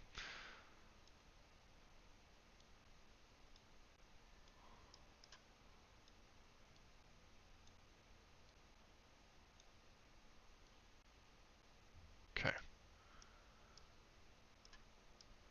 Now this one, we're going to have to do quite a bit of movement.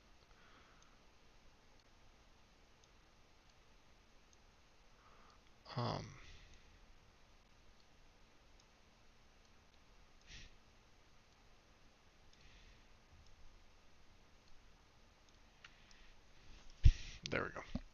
Alright. Now let's go ahead. Let's make the...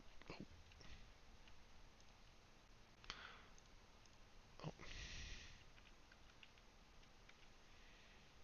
Update. Let's see.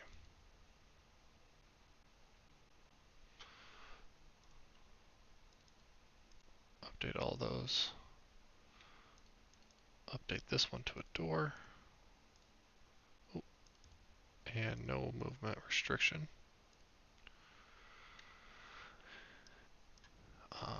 Same for this one and this one. No movement and door. Update. Now the reason why I do no movement restriction is because a curtain, to me, you can kind of walk through it, and tent doors are very much like curtains. So, alright, cool. Let's do our ethereal walls. Holding Alt.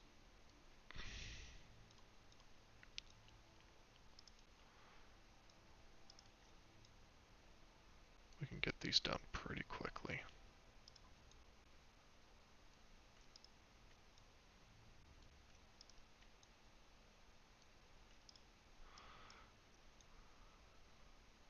Oh, guess that one was a little far away.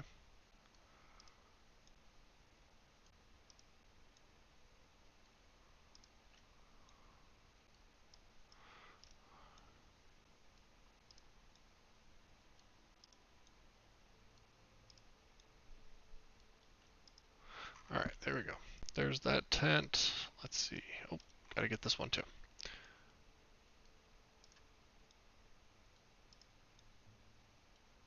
And if I'm not mistaken, I also have to get that door on this one here. Yep. Okay, cool. Now, there's one last tent we did miss. And that would be this one here. Alright, we're going to go ahead and do our terrain walls. We could have done the box, but this one is straightforward enough that I'm not too worried about it.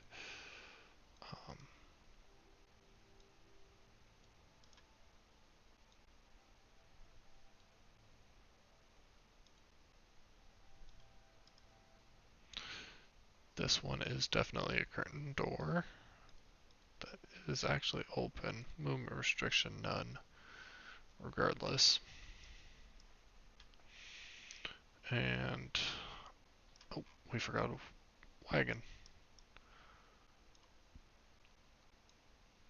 Here to here to here to here to here. Down the center as best we can. Alright, cool. There is that part. We got our Patreon DM Andy. We're going to highlight or accent that. We're going to box it in. Looks like we got to go down one and out one. Yeah, may as well just do that. There we go. Bring in our light.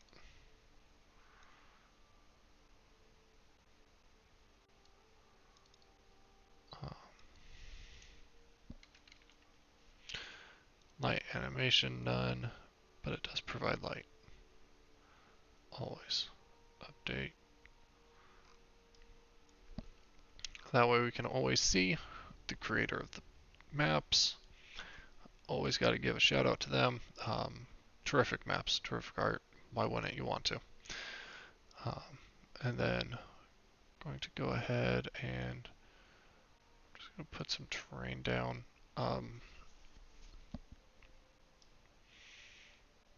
Let's just do this. We're going to get the size of this tree, make it 8 walls, copy or confirm that one, and we're going to go.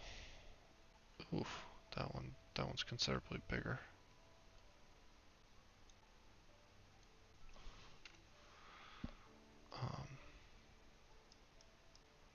Alright, I guess we'll deal with our considerably bigger ones.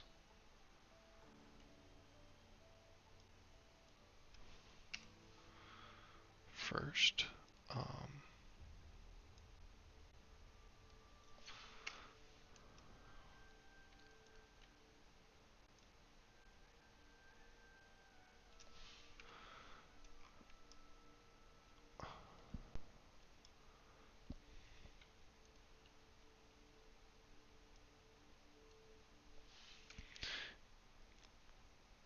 basically what I'm looking for right now is just to make uh, the illusion of shadows.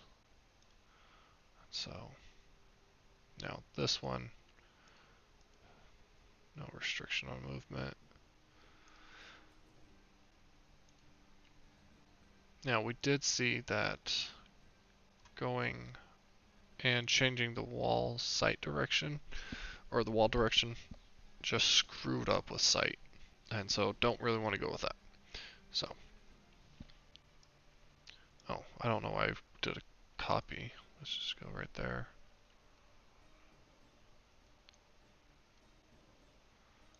Just keep doing that.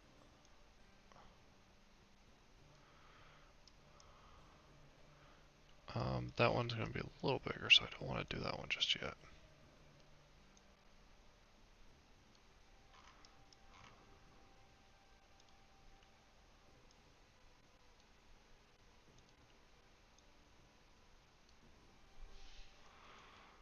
Oh, I forgot to do that there. Oh, let's see here.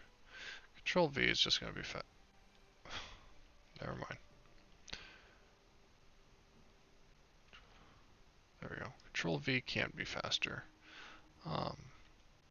Just depending on the location of things. And also because I don't have to then drag and drop. But like in the case of this, it's not big enough.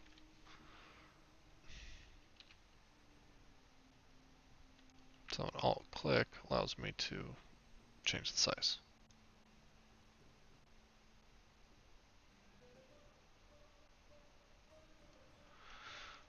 And because I'm going so off screen with that one,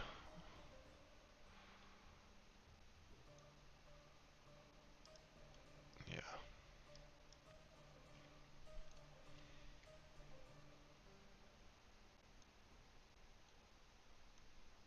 Alright, that one, oh, that one's not wanting to work.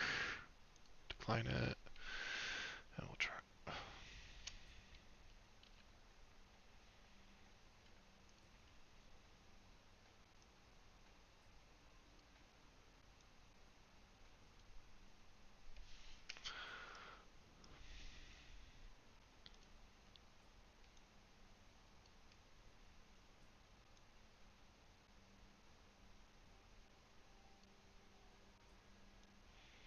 Alright, and so I think the plan is I will have the party maybe come through this little opening here.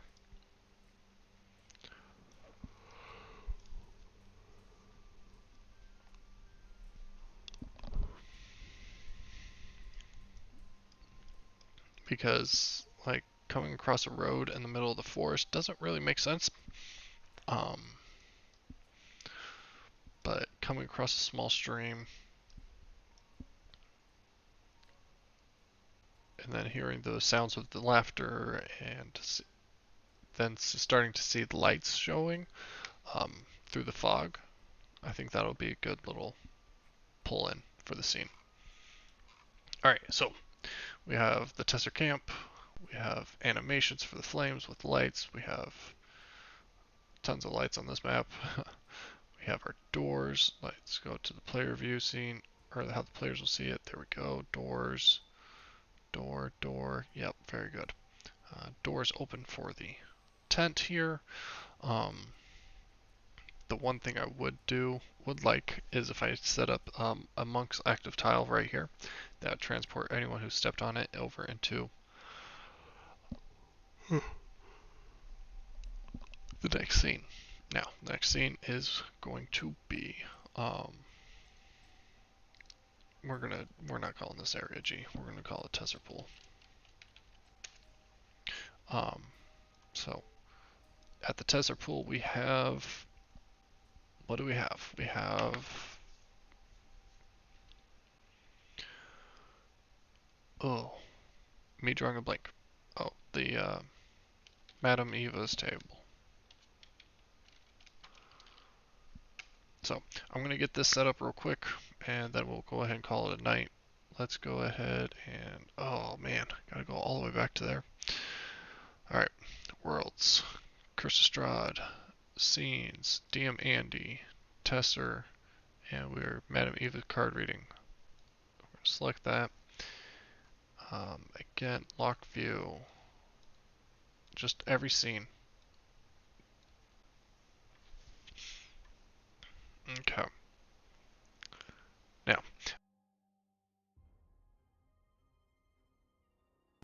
Now, when I've done this in the past, I've kind of shot myself in the foot because they couldn't have Madame Eva sit with them because it was set for 5 players and Madame Eva. Well, I ran parties of 6. So, we're going to make this active. Alright. Oh, actually, should be careful because if I had a player pop in, they would see what I'm working on. Let's go ahead and configure basics. We're going to grab a swatching of the dark red here. Yep, that looks good. Alternatively, let's grab some of that table. There we go. Now this map, lighting, not controlled by the outside. Global illumination is enabled. Token vision's disabled. Same with fogging, light masking. Just straight up they can see. Save changes. There we go. Now, if I head down to my light, I should still have, very nice, still have my flickering lights from there. Grid on this, non-existent, so need to not pop that out. We're going to go in, we're going to configure, and grid, gridless. Alright. Go into our lights, we'll get rid of those 2. We do need a light on this guy. Here we go. So, right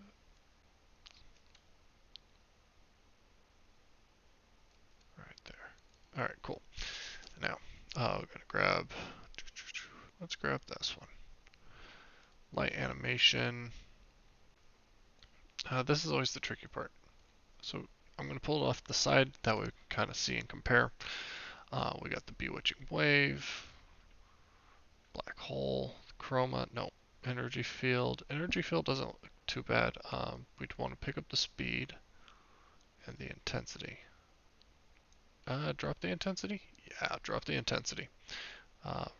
Resolution. Nope, we're going to leave that down at a 1. Alright. Back up to a 1. Yep. Basics though. Color intensity? Yes. Increase that up.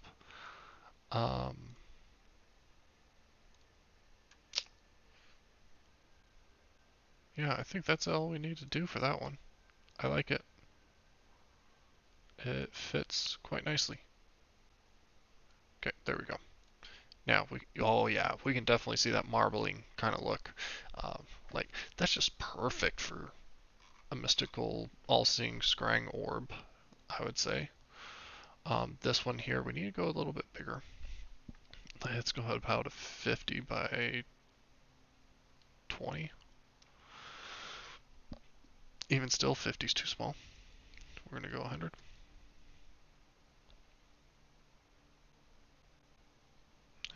We can leave it at 100 by 20 though. But that light needs to move in just a touch. This one we'll just delete it, and we'll copy this one because it's just easier to do. Alright, now, does it make a big difference having those lights there? Not really, because we already have full total scene vision. So let's go ahead.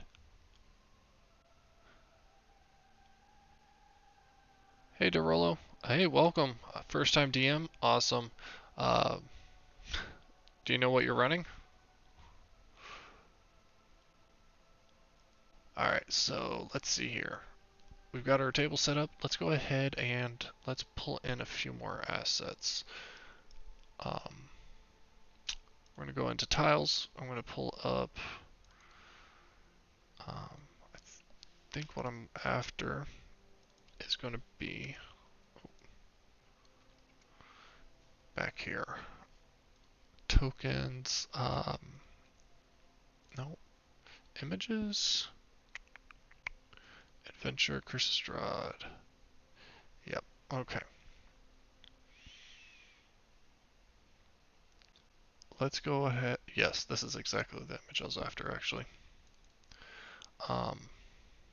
Now, when I first ran this, we had, or when I was first making this world, I had this, but there we go. It's alt that I was after. But it was kind of, it was on a scene of its own, and it didn't have this table. It had like just a parchment-like background. But let's go ahead and toggle invisible. That way the players can't see it. Locking it, not just yet. I want to center it with the table. And that looks pretty center. So let's go ahead and lock it in now. So here's what I'm going to go ahead and do. I want to go ahead and roll the dice, or roll the roll tables. So we've got the common deck, and then we've got the high deck. So we already rolled. We've got the 2 of swords. So let's go ahead and pull up those animated assets that I pulled up. Those are going to be within Curse of Strahd. Assets to Taroko deck. Now, I'm looking for, what was it? 2 of swords, the paladin. I'm going to pull that out.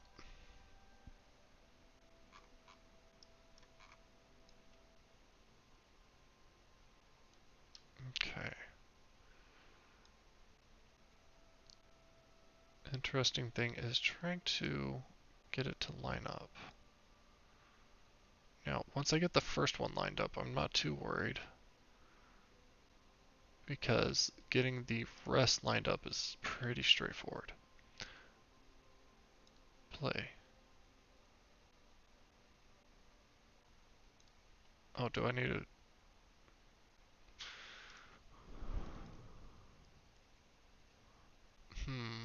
It's not playing the animation.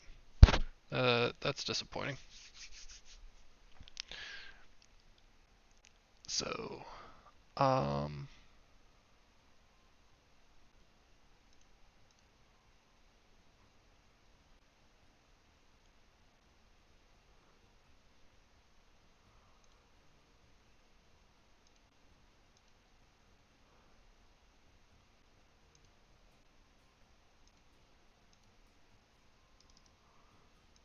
animation. Nope, nope. Triggers. Only GM. Controlled by GM only. When clicked.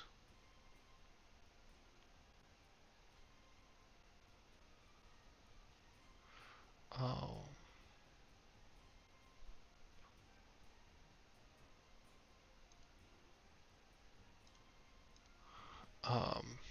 Activate this tile.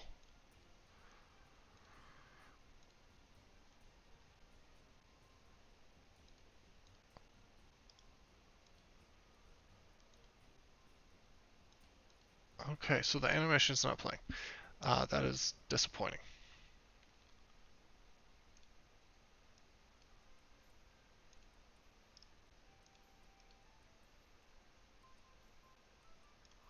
Alright, so we've got the paladin. At the very least, it gives me the cards. So there's that. We're going to make it invisible for now. Yeah, I don't know why that's not working, because WebM is a supported format. It's actually the encouraged format. So let's go ahead and roll the next 2 cards. We got Master of Glyphs, the Priest. Oh, why did I close that window? So we got the priest. And we're going to plop them down. Um, just getting them out for now. We also have the monk. Okay. Now, right now, I do not know what any of these cards mean because you don't use the cards too often. Alright, so we got those. And I believe the next two draws are actually going to be from the... let's see here. They are from the high deck, if not mistaken. So...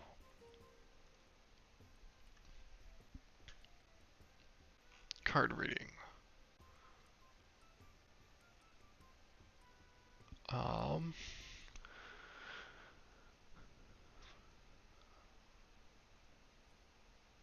When you perform a card reading before running the adventure. So they do say to do it before the adventure. Write down the results for reference later. If the characters have their fortunes read in the adventures, do the card reading again out loud for the player's benefit. Substitute the new results for the old results. So they're saying to draw new results every time.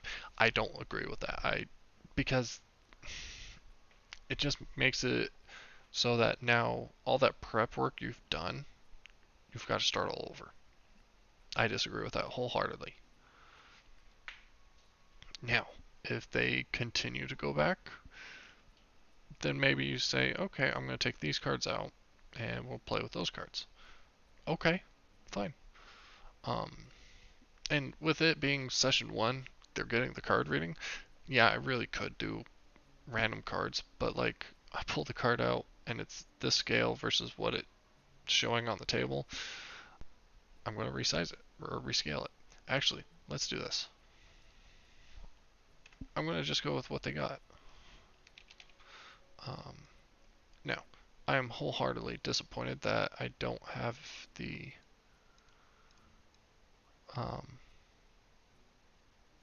animation working, because like that to me is just what a paid quality game is supposed to be. Is like you're getting the best of the best. So, all right.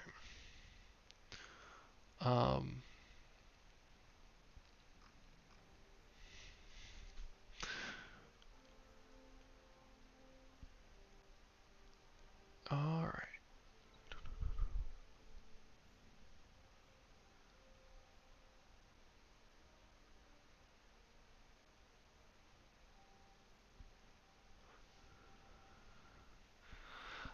What I'm disappointed with is it doesn't. Oh, okay. Here we go. Draw the top 3 cards from the common deck and lay them face down in 1, 2, 3 positions. Draw the top 2 cards from the high deck. Okay, high deck. Here we go. So we got our common deck. And we are going to roll twice. Oh, I don't want to display the number. And I do not want to draw replacements. So we're going to redo that, especially since I didn't see what it was. That we got the marionette and the mist. Alright, so the marionette down here.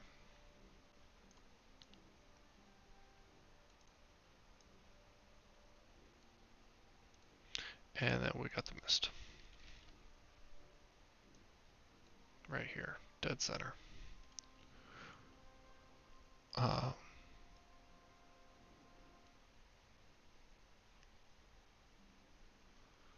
Okay, now what I want to do, the y coordinate 2768, 2768, update, 2768, update. Didn't see much of a change, and that's because it's the vertical. Alright, so left and right, we're going to go 45. We'll go 30, 45. I mean, if we zoom in here, you might be able to see just the slightest change. No, we can't even tell.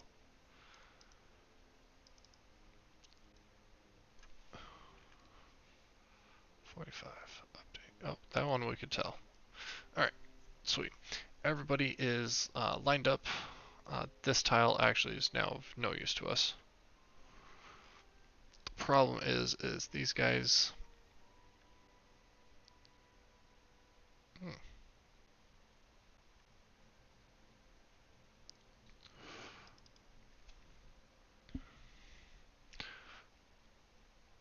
So I'm going to go ahead. I'm OCD in this fact. I saw when I highlighted these three that there was an inconsistent overlap. So, um, 2768 divided by 2. So 1384. Oh, hold up. That's not right. I want to take 630 divided by 2. 315. Alright, so 2768, and I'm going to subtract 315 and subtract another 630. 1823 is where I want this one for the y coordinate. Right? That is much too far. Um, let's try 2453. Much too low. Alright, so we want that 630. We want it to go 2453 minus. No.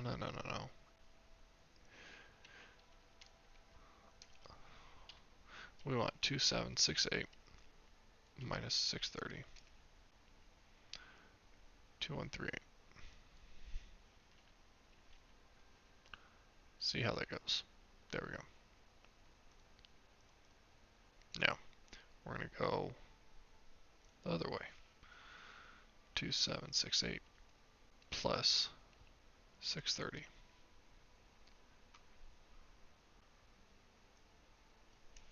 So we got 3398. Alright, there we go. Alright, sweet. Now everything's perfectly spaced out, allegedly. I say that and then I'm like, they're not going to be. So, let's do each of these. Alright, we're done with the high deck. We're actually done with the deck of cards.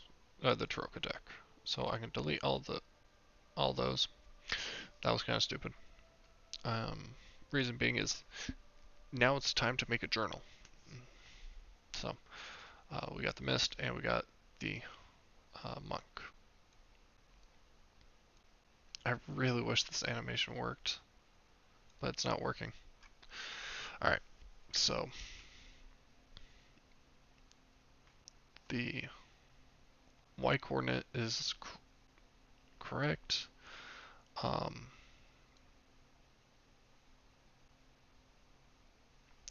X coordinate, I want it to be the same from both sides, or from one card to the next card. So from the mist, it's at 3045.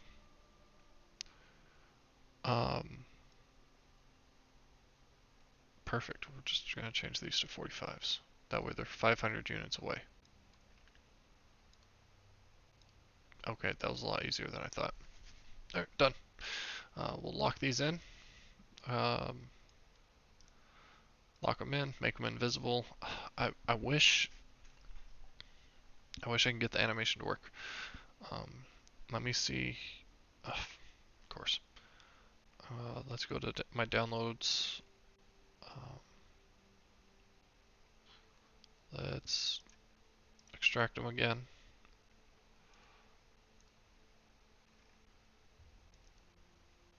Because this is what they should look like. See, it's got the back, and then the card flips over. Now, it says it's a 2-hour long animation. Does it flip over again or something?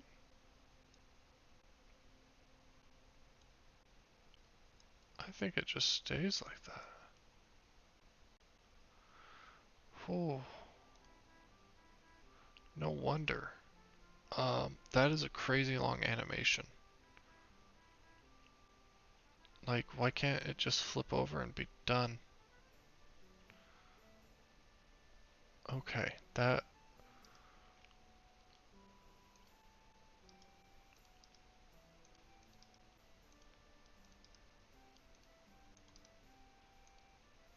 Let's do this.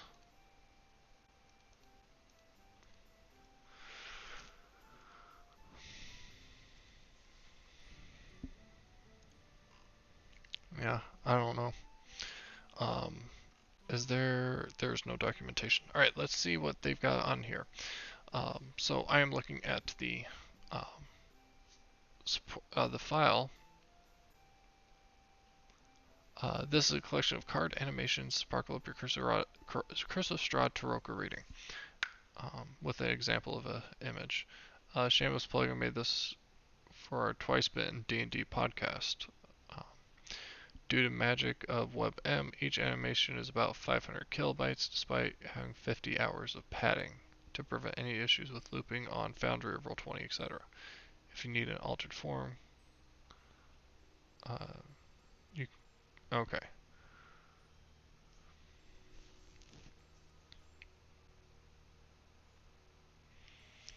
All right.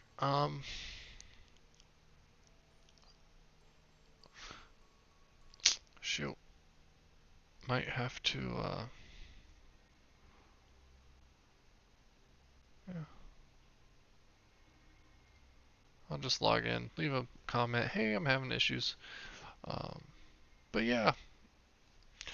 So I think with everything done, let me go ahead and get the landing page back to being the active page. So here's our landing page. We are set with that. Actually, my Saturday night group actually came up with a good suggestion that I'm going to actually take them up on. So I'm going to copy this. Place it down here. What was it? It was party lore. Update. No. Position 336. Update. And we're going to unlock this so I can drag it out because text-wise, it's there. We go. All right.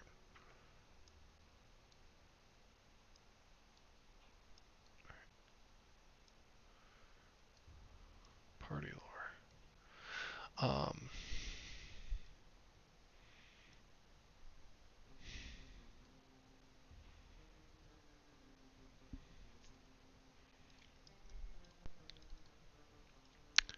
Yeah.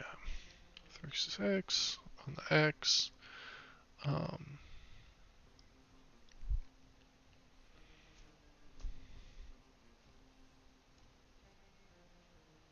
and this is one that I'm going to have. Let's see here. Position 1298. So we got 1298. 1445 minus 1298. That's 147. So 1298 minus 147 is 1151. Alright, so that's where that's supposed to be. Now, because of how things look, I'm gonna unlock everything. No, I'm not. I'm gonna lock it in. Actually, this is a special party request for my 21 campaign. They're gonna have it. I'm not gonna bring it over to this until they request something else be added. Just because that group, we are doing Curse of Strahd and Beyond. The and Beyond being homebrew. Um, Basically, they set off some things that shouldn't have been set in motion, and bad things have happened, or are going to happen as a result. Now, reading. I need to go into that journal. Uh, that journal's not active. That's right. Um, Card reading. Arrival in Barovia. Barovia. Now, this is where I'm like, you're an idiot. I deleted the quick text. Now, I mean, nice thing is I can um, go in here. I know what, well, there's 4 decks. Oh, oh, hello. So, when we were on this scene previously, oh, you, alright, when we were on the scene previously, um, the display just showed the face side, like it had played the animation already.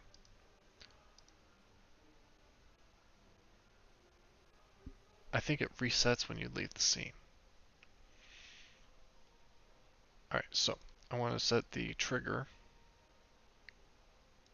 See, I don't want to enter, it's a click, controlled by GM only. GM. Set up for when players interact with this tile. Alright, actions. Activate. Update. Alright, so on this scene, I should be able to, nope, okay.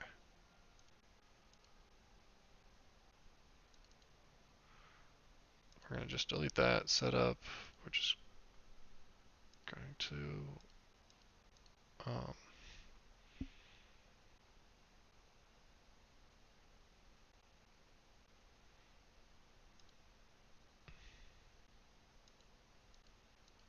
okay.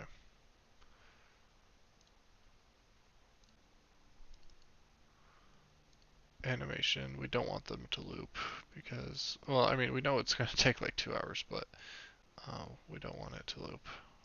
Anyways. And there's no audio, thankfully, but even still, we would want that at 0.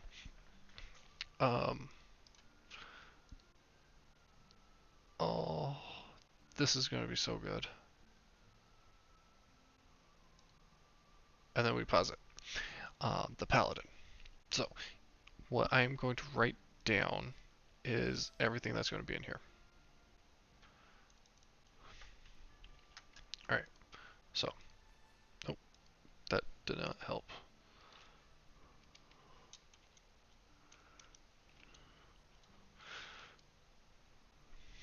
And then I want the information on the Paladin.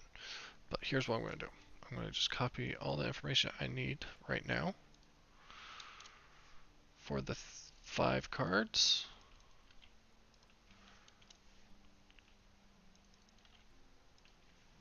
And then, alright, now, I'm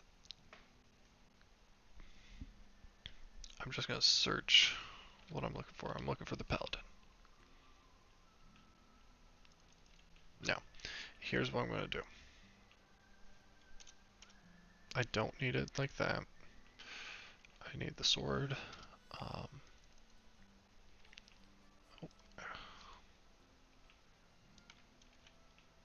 Alright, so if it's bold, I'm going to just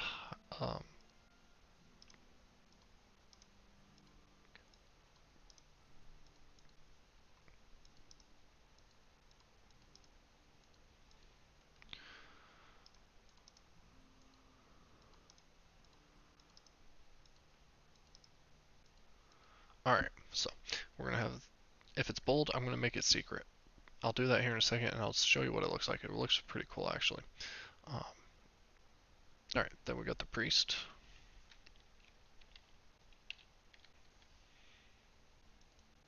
Which is the master of the glyphs.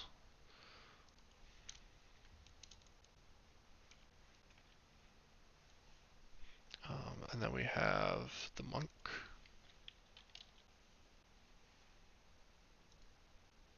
Which is number 1 of glyphs.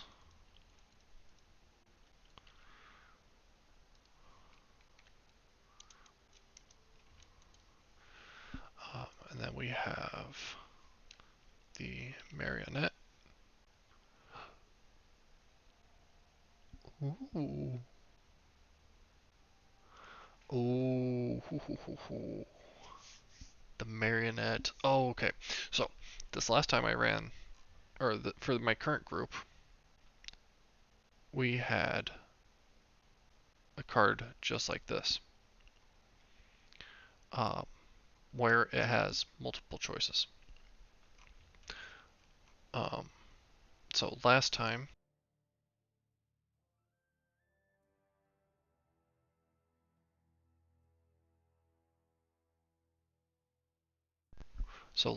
we had the donjon.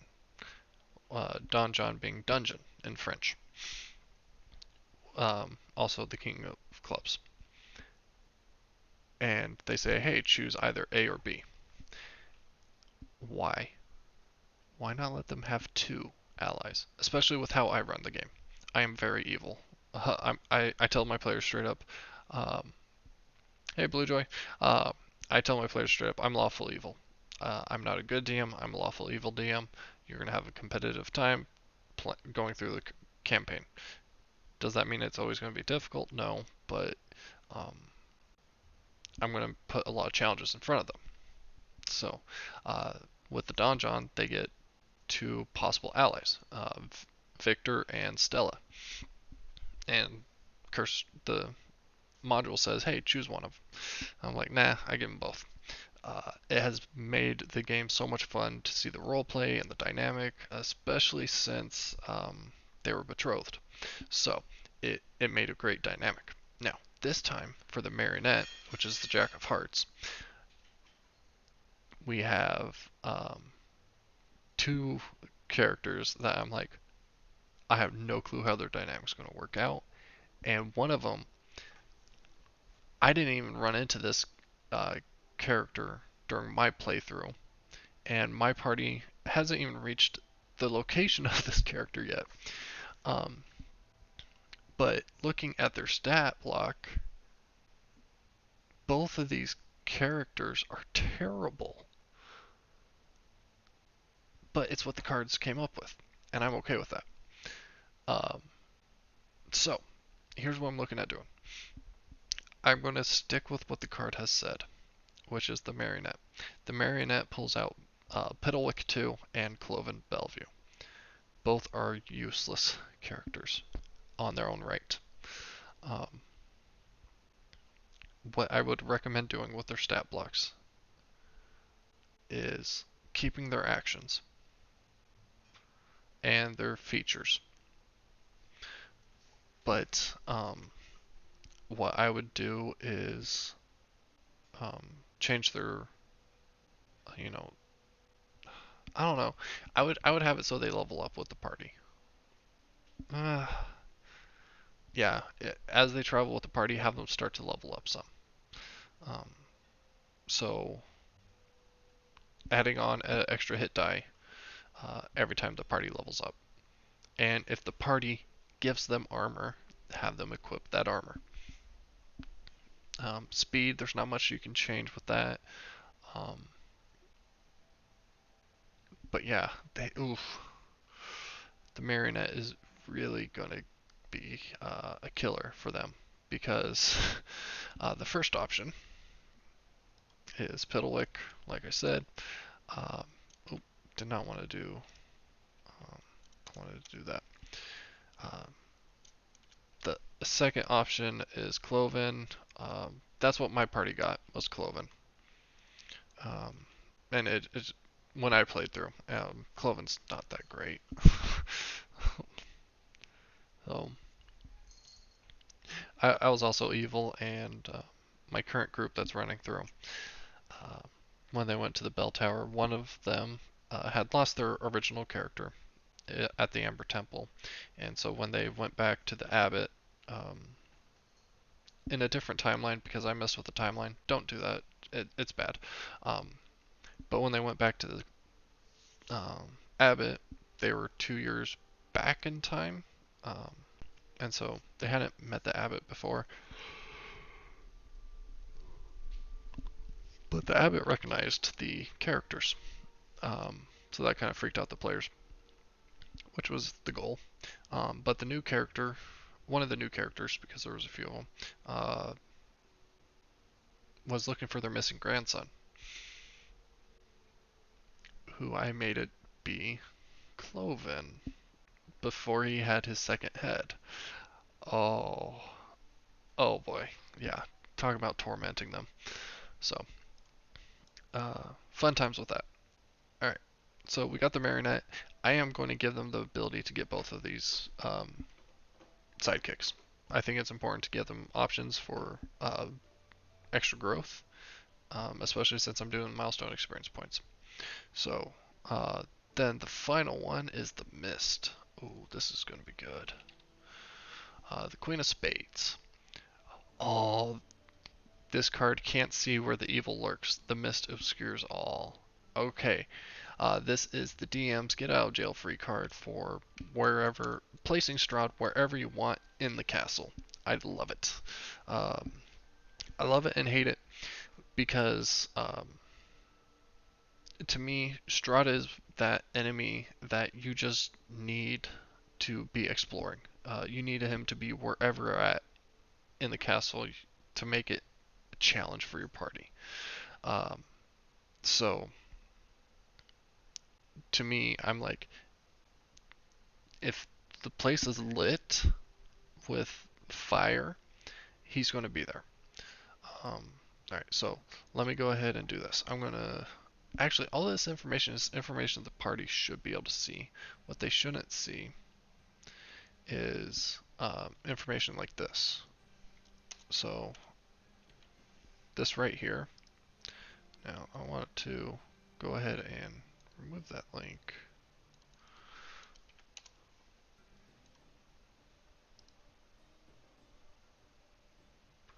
Oh, that's interesting that it pulls it up like that.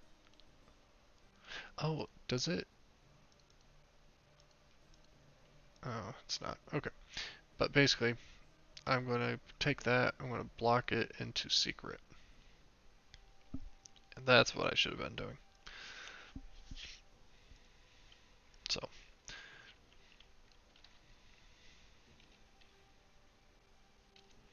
so the marionette, we're going to go there.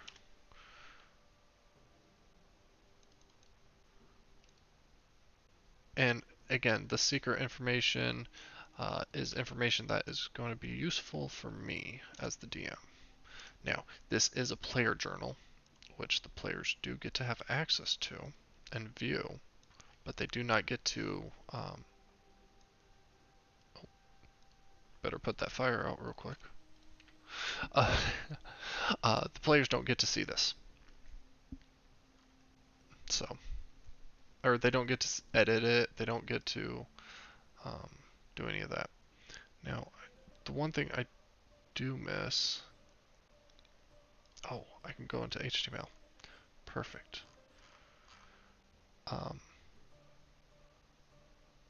because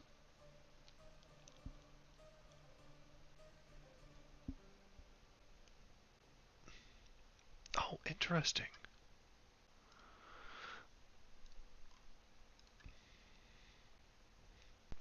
Because it's noticing the names and is tying it to the character sheets. Oh wow! Please tell me. Oh, I was hoping like Chapter 8, C Area S17 would pull up the journal, but it didn't. Mongrel Folk. Wow.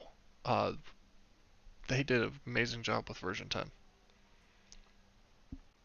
So that is very cool that they did it that way.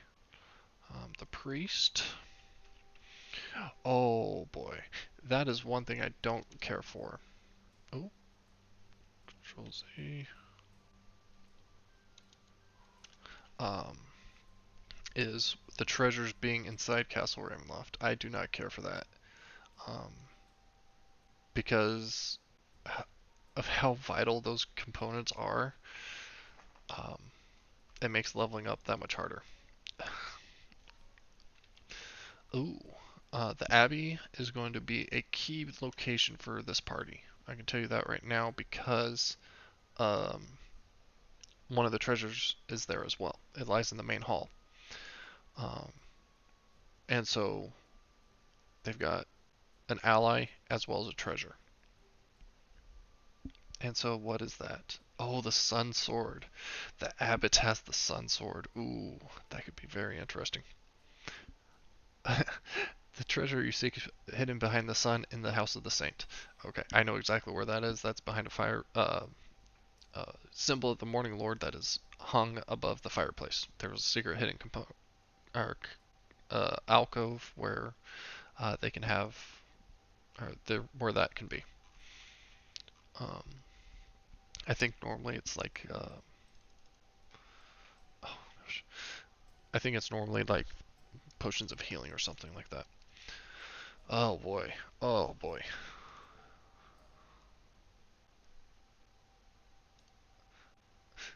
All right, so we got oh, chapter 4 is a freaking huge one for them. The treasure lies in Sergei's tomb. Is in the castle's chapel. Oh, which one is that one? The Holy. Oh my goodness, they both are very fitting. The only way this would be more fitting is if the paladin and the monk were switched.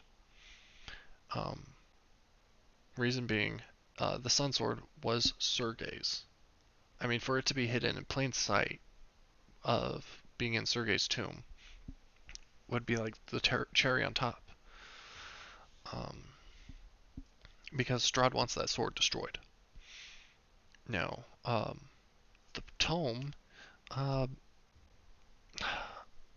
gosh. So I also run the interactive tome of Strahd with my players, and for it to be kind of a later find is always difficult.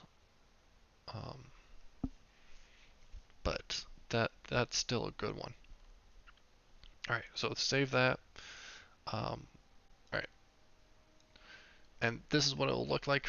Um, obviously, the players won't see the purple boxes, um,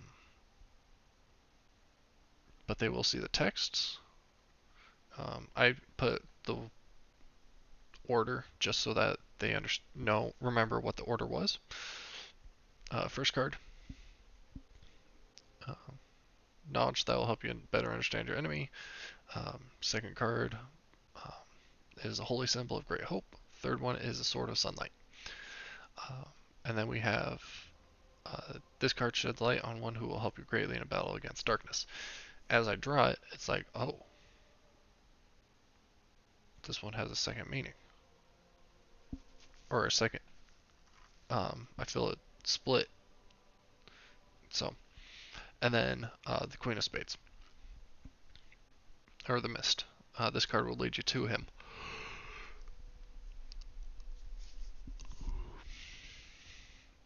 And so, I'm very happy with all this. Now, I wish I could reset it. Let's go ahead and let's leave the page and come back and see if it resets. Aha, it's reset. I am very happy. All I have to do is click play, assuming I'm on the tile side. The only thing I wish I could do, because like if you go to my landing page, I go to token selection section, and if I click on quest, it pulls up the quest journal. If I click on NPCs, it pulls up the NPC journal. I want to do the same thing on the table. I want to create, I want a tile. Oh, nope, that's not what I was after. I thought I had a tile that was just a blank tile. Um,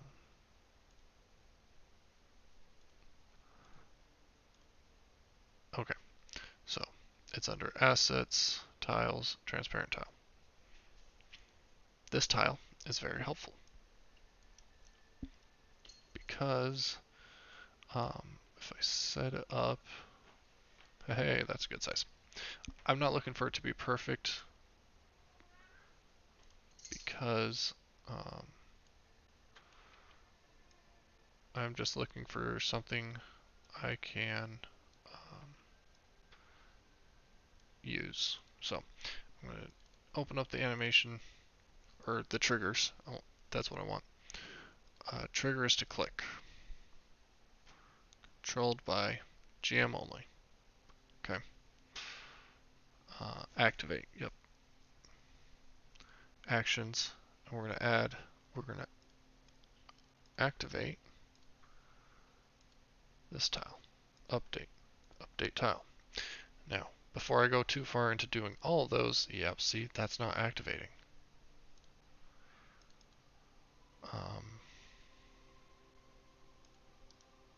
Is it because it's locked? I don't think so. No. Okay.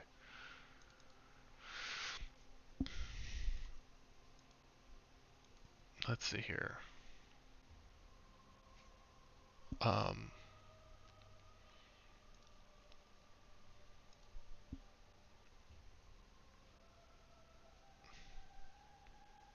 Play animation.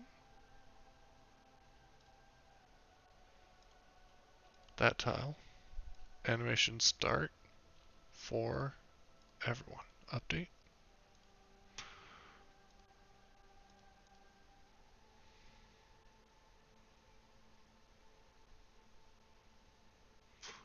Now, here's my other thing. Was it that, or was it making the tile unlocked? It looks like that's it. Okay, cool. So, let's head back over to tiles. I'm actually going to delete these small invisible tiles. I'm going to copy this, paste it over here to the side. I've got 1, 2, 3, 4. Okay. Now, what I'm going to do is triggers, action, edit, and I'm going to change it so it's that one. Update. We're going to place it over the card. And same thing here. Triggers, action, target. There. Update. Update. Now, my question is, does it work when the... Yes, it does. Perfect. I can leave these locked. Pause the animation on that. Alright. I am so happy we got this figured out. Because it just makes the magic that much better. And then we got the final one. Here we go. Alright. With that, I am going to be done with this for tonight. I will be back at it again tomorrow night, especially since this campaign continues. Tuesday night, it'll be streamed here on Twitch. If you missed an episode, you can always catch it on YouTube. I have session 0 on there where we go over the house rules.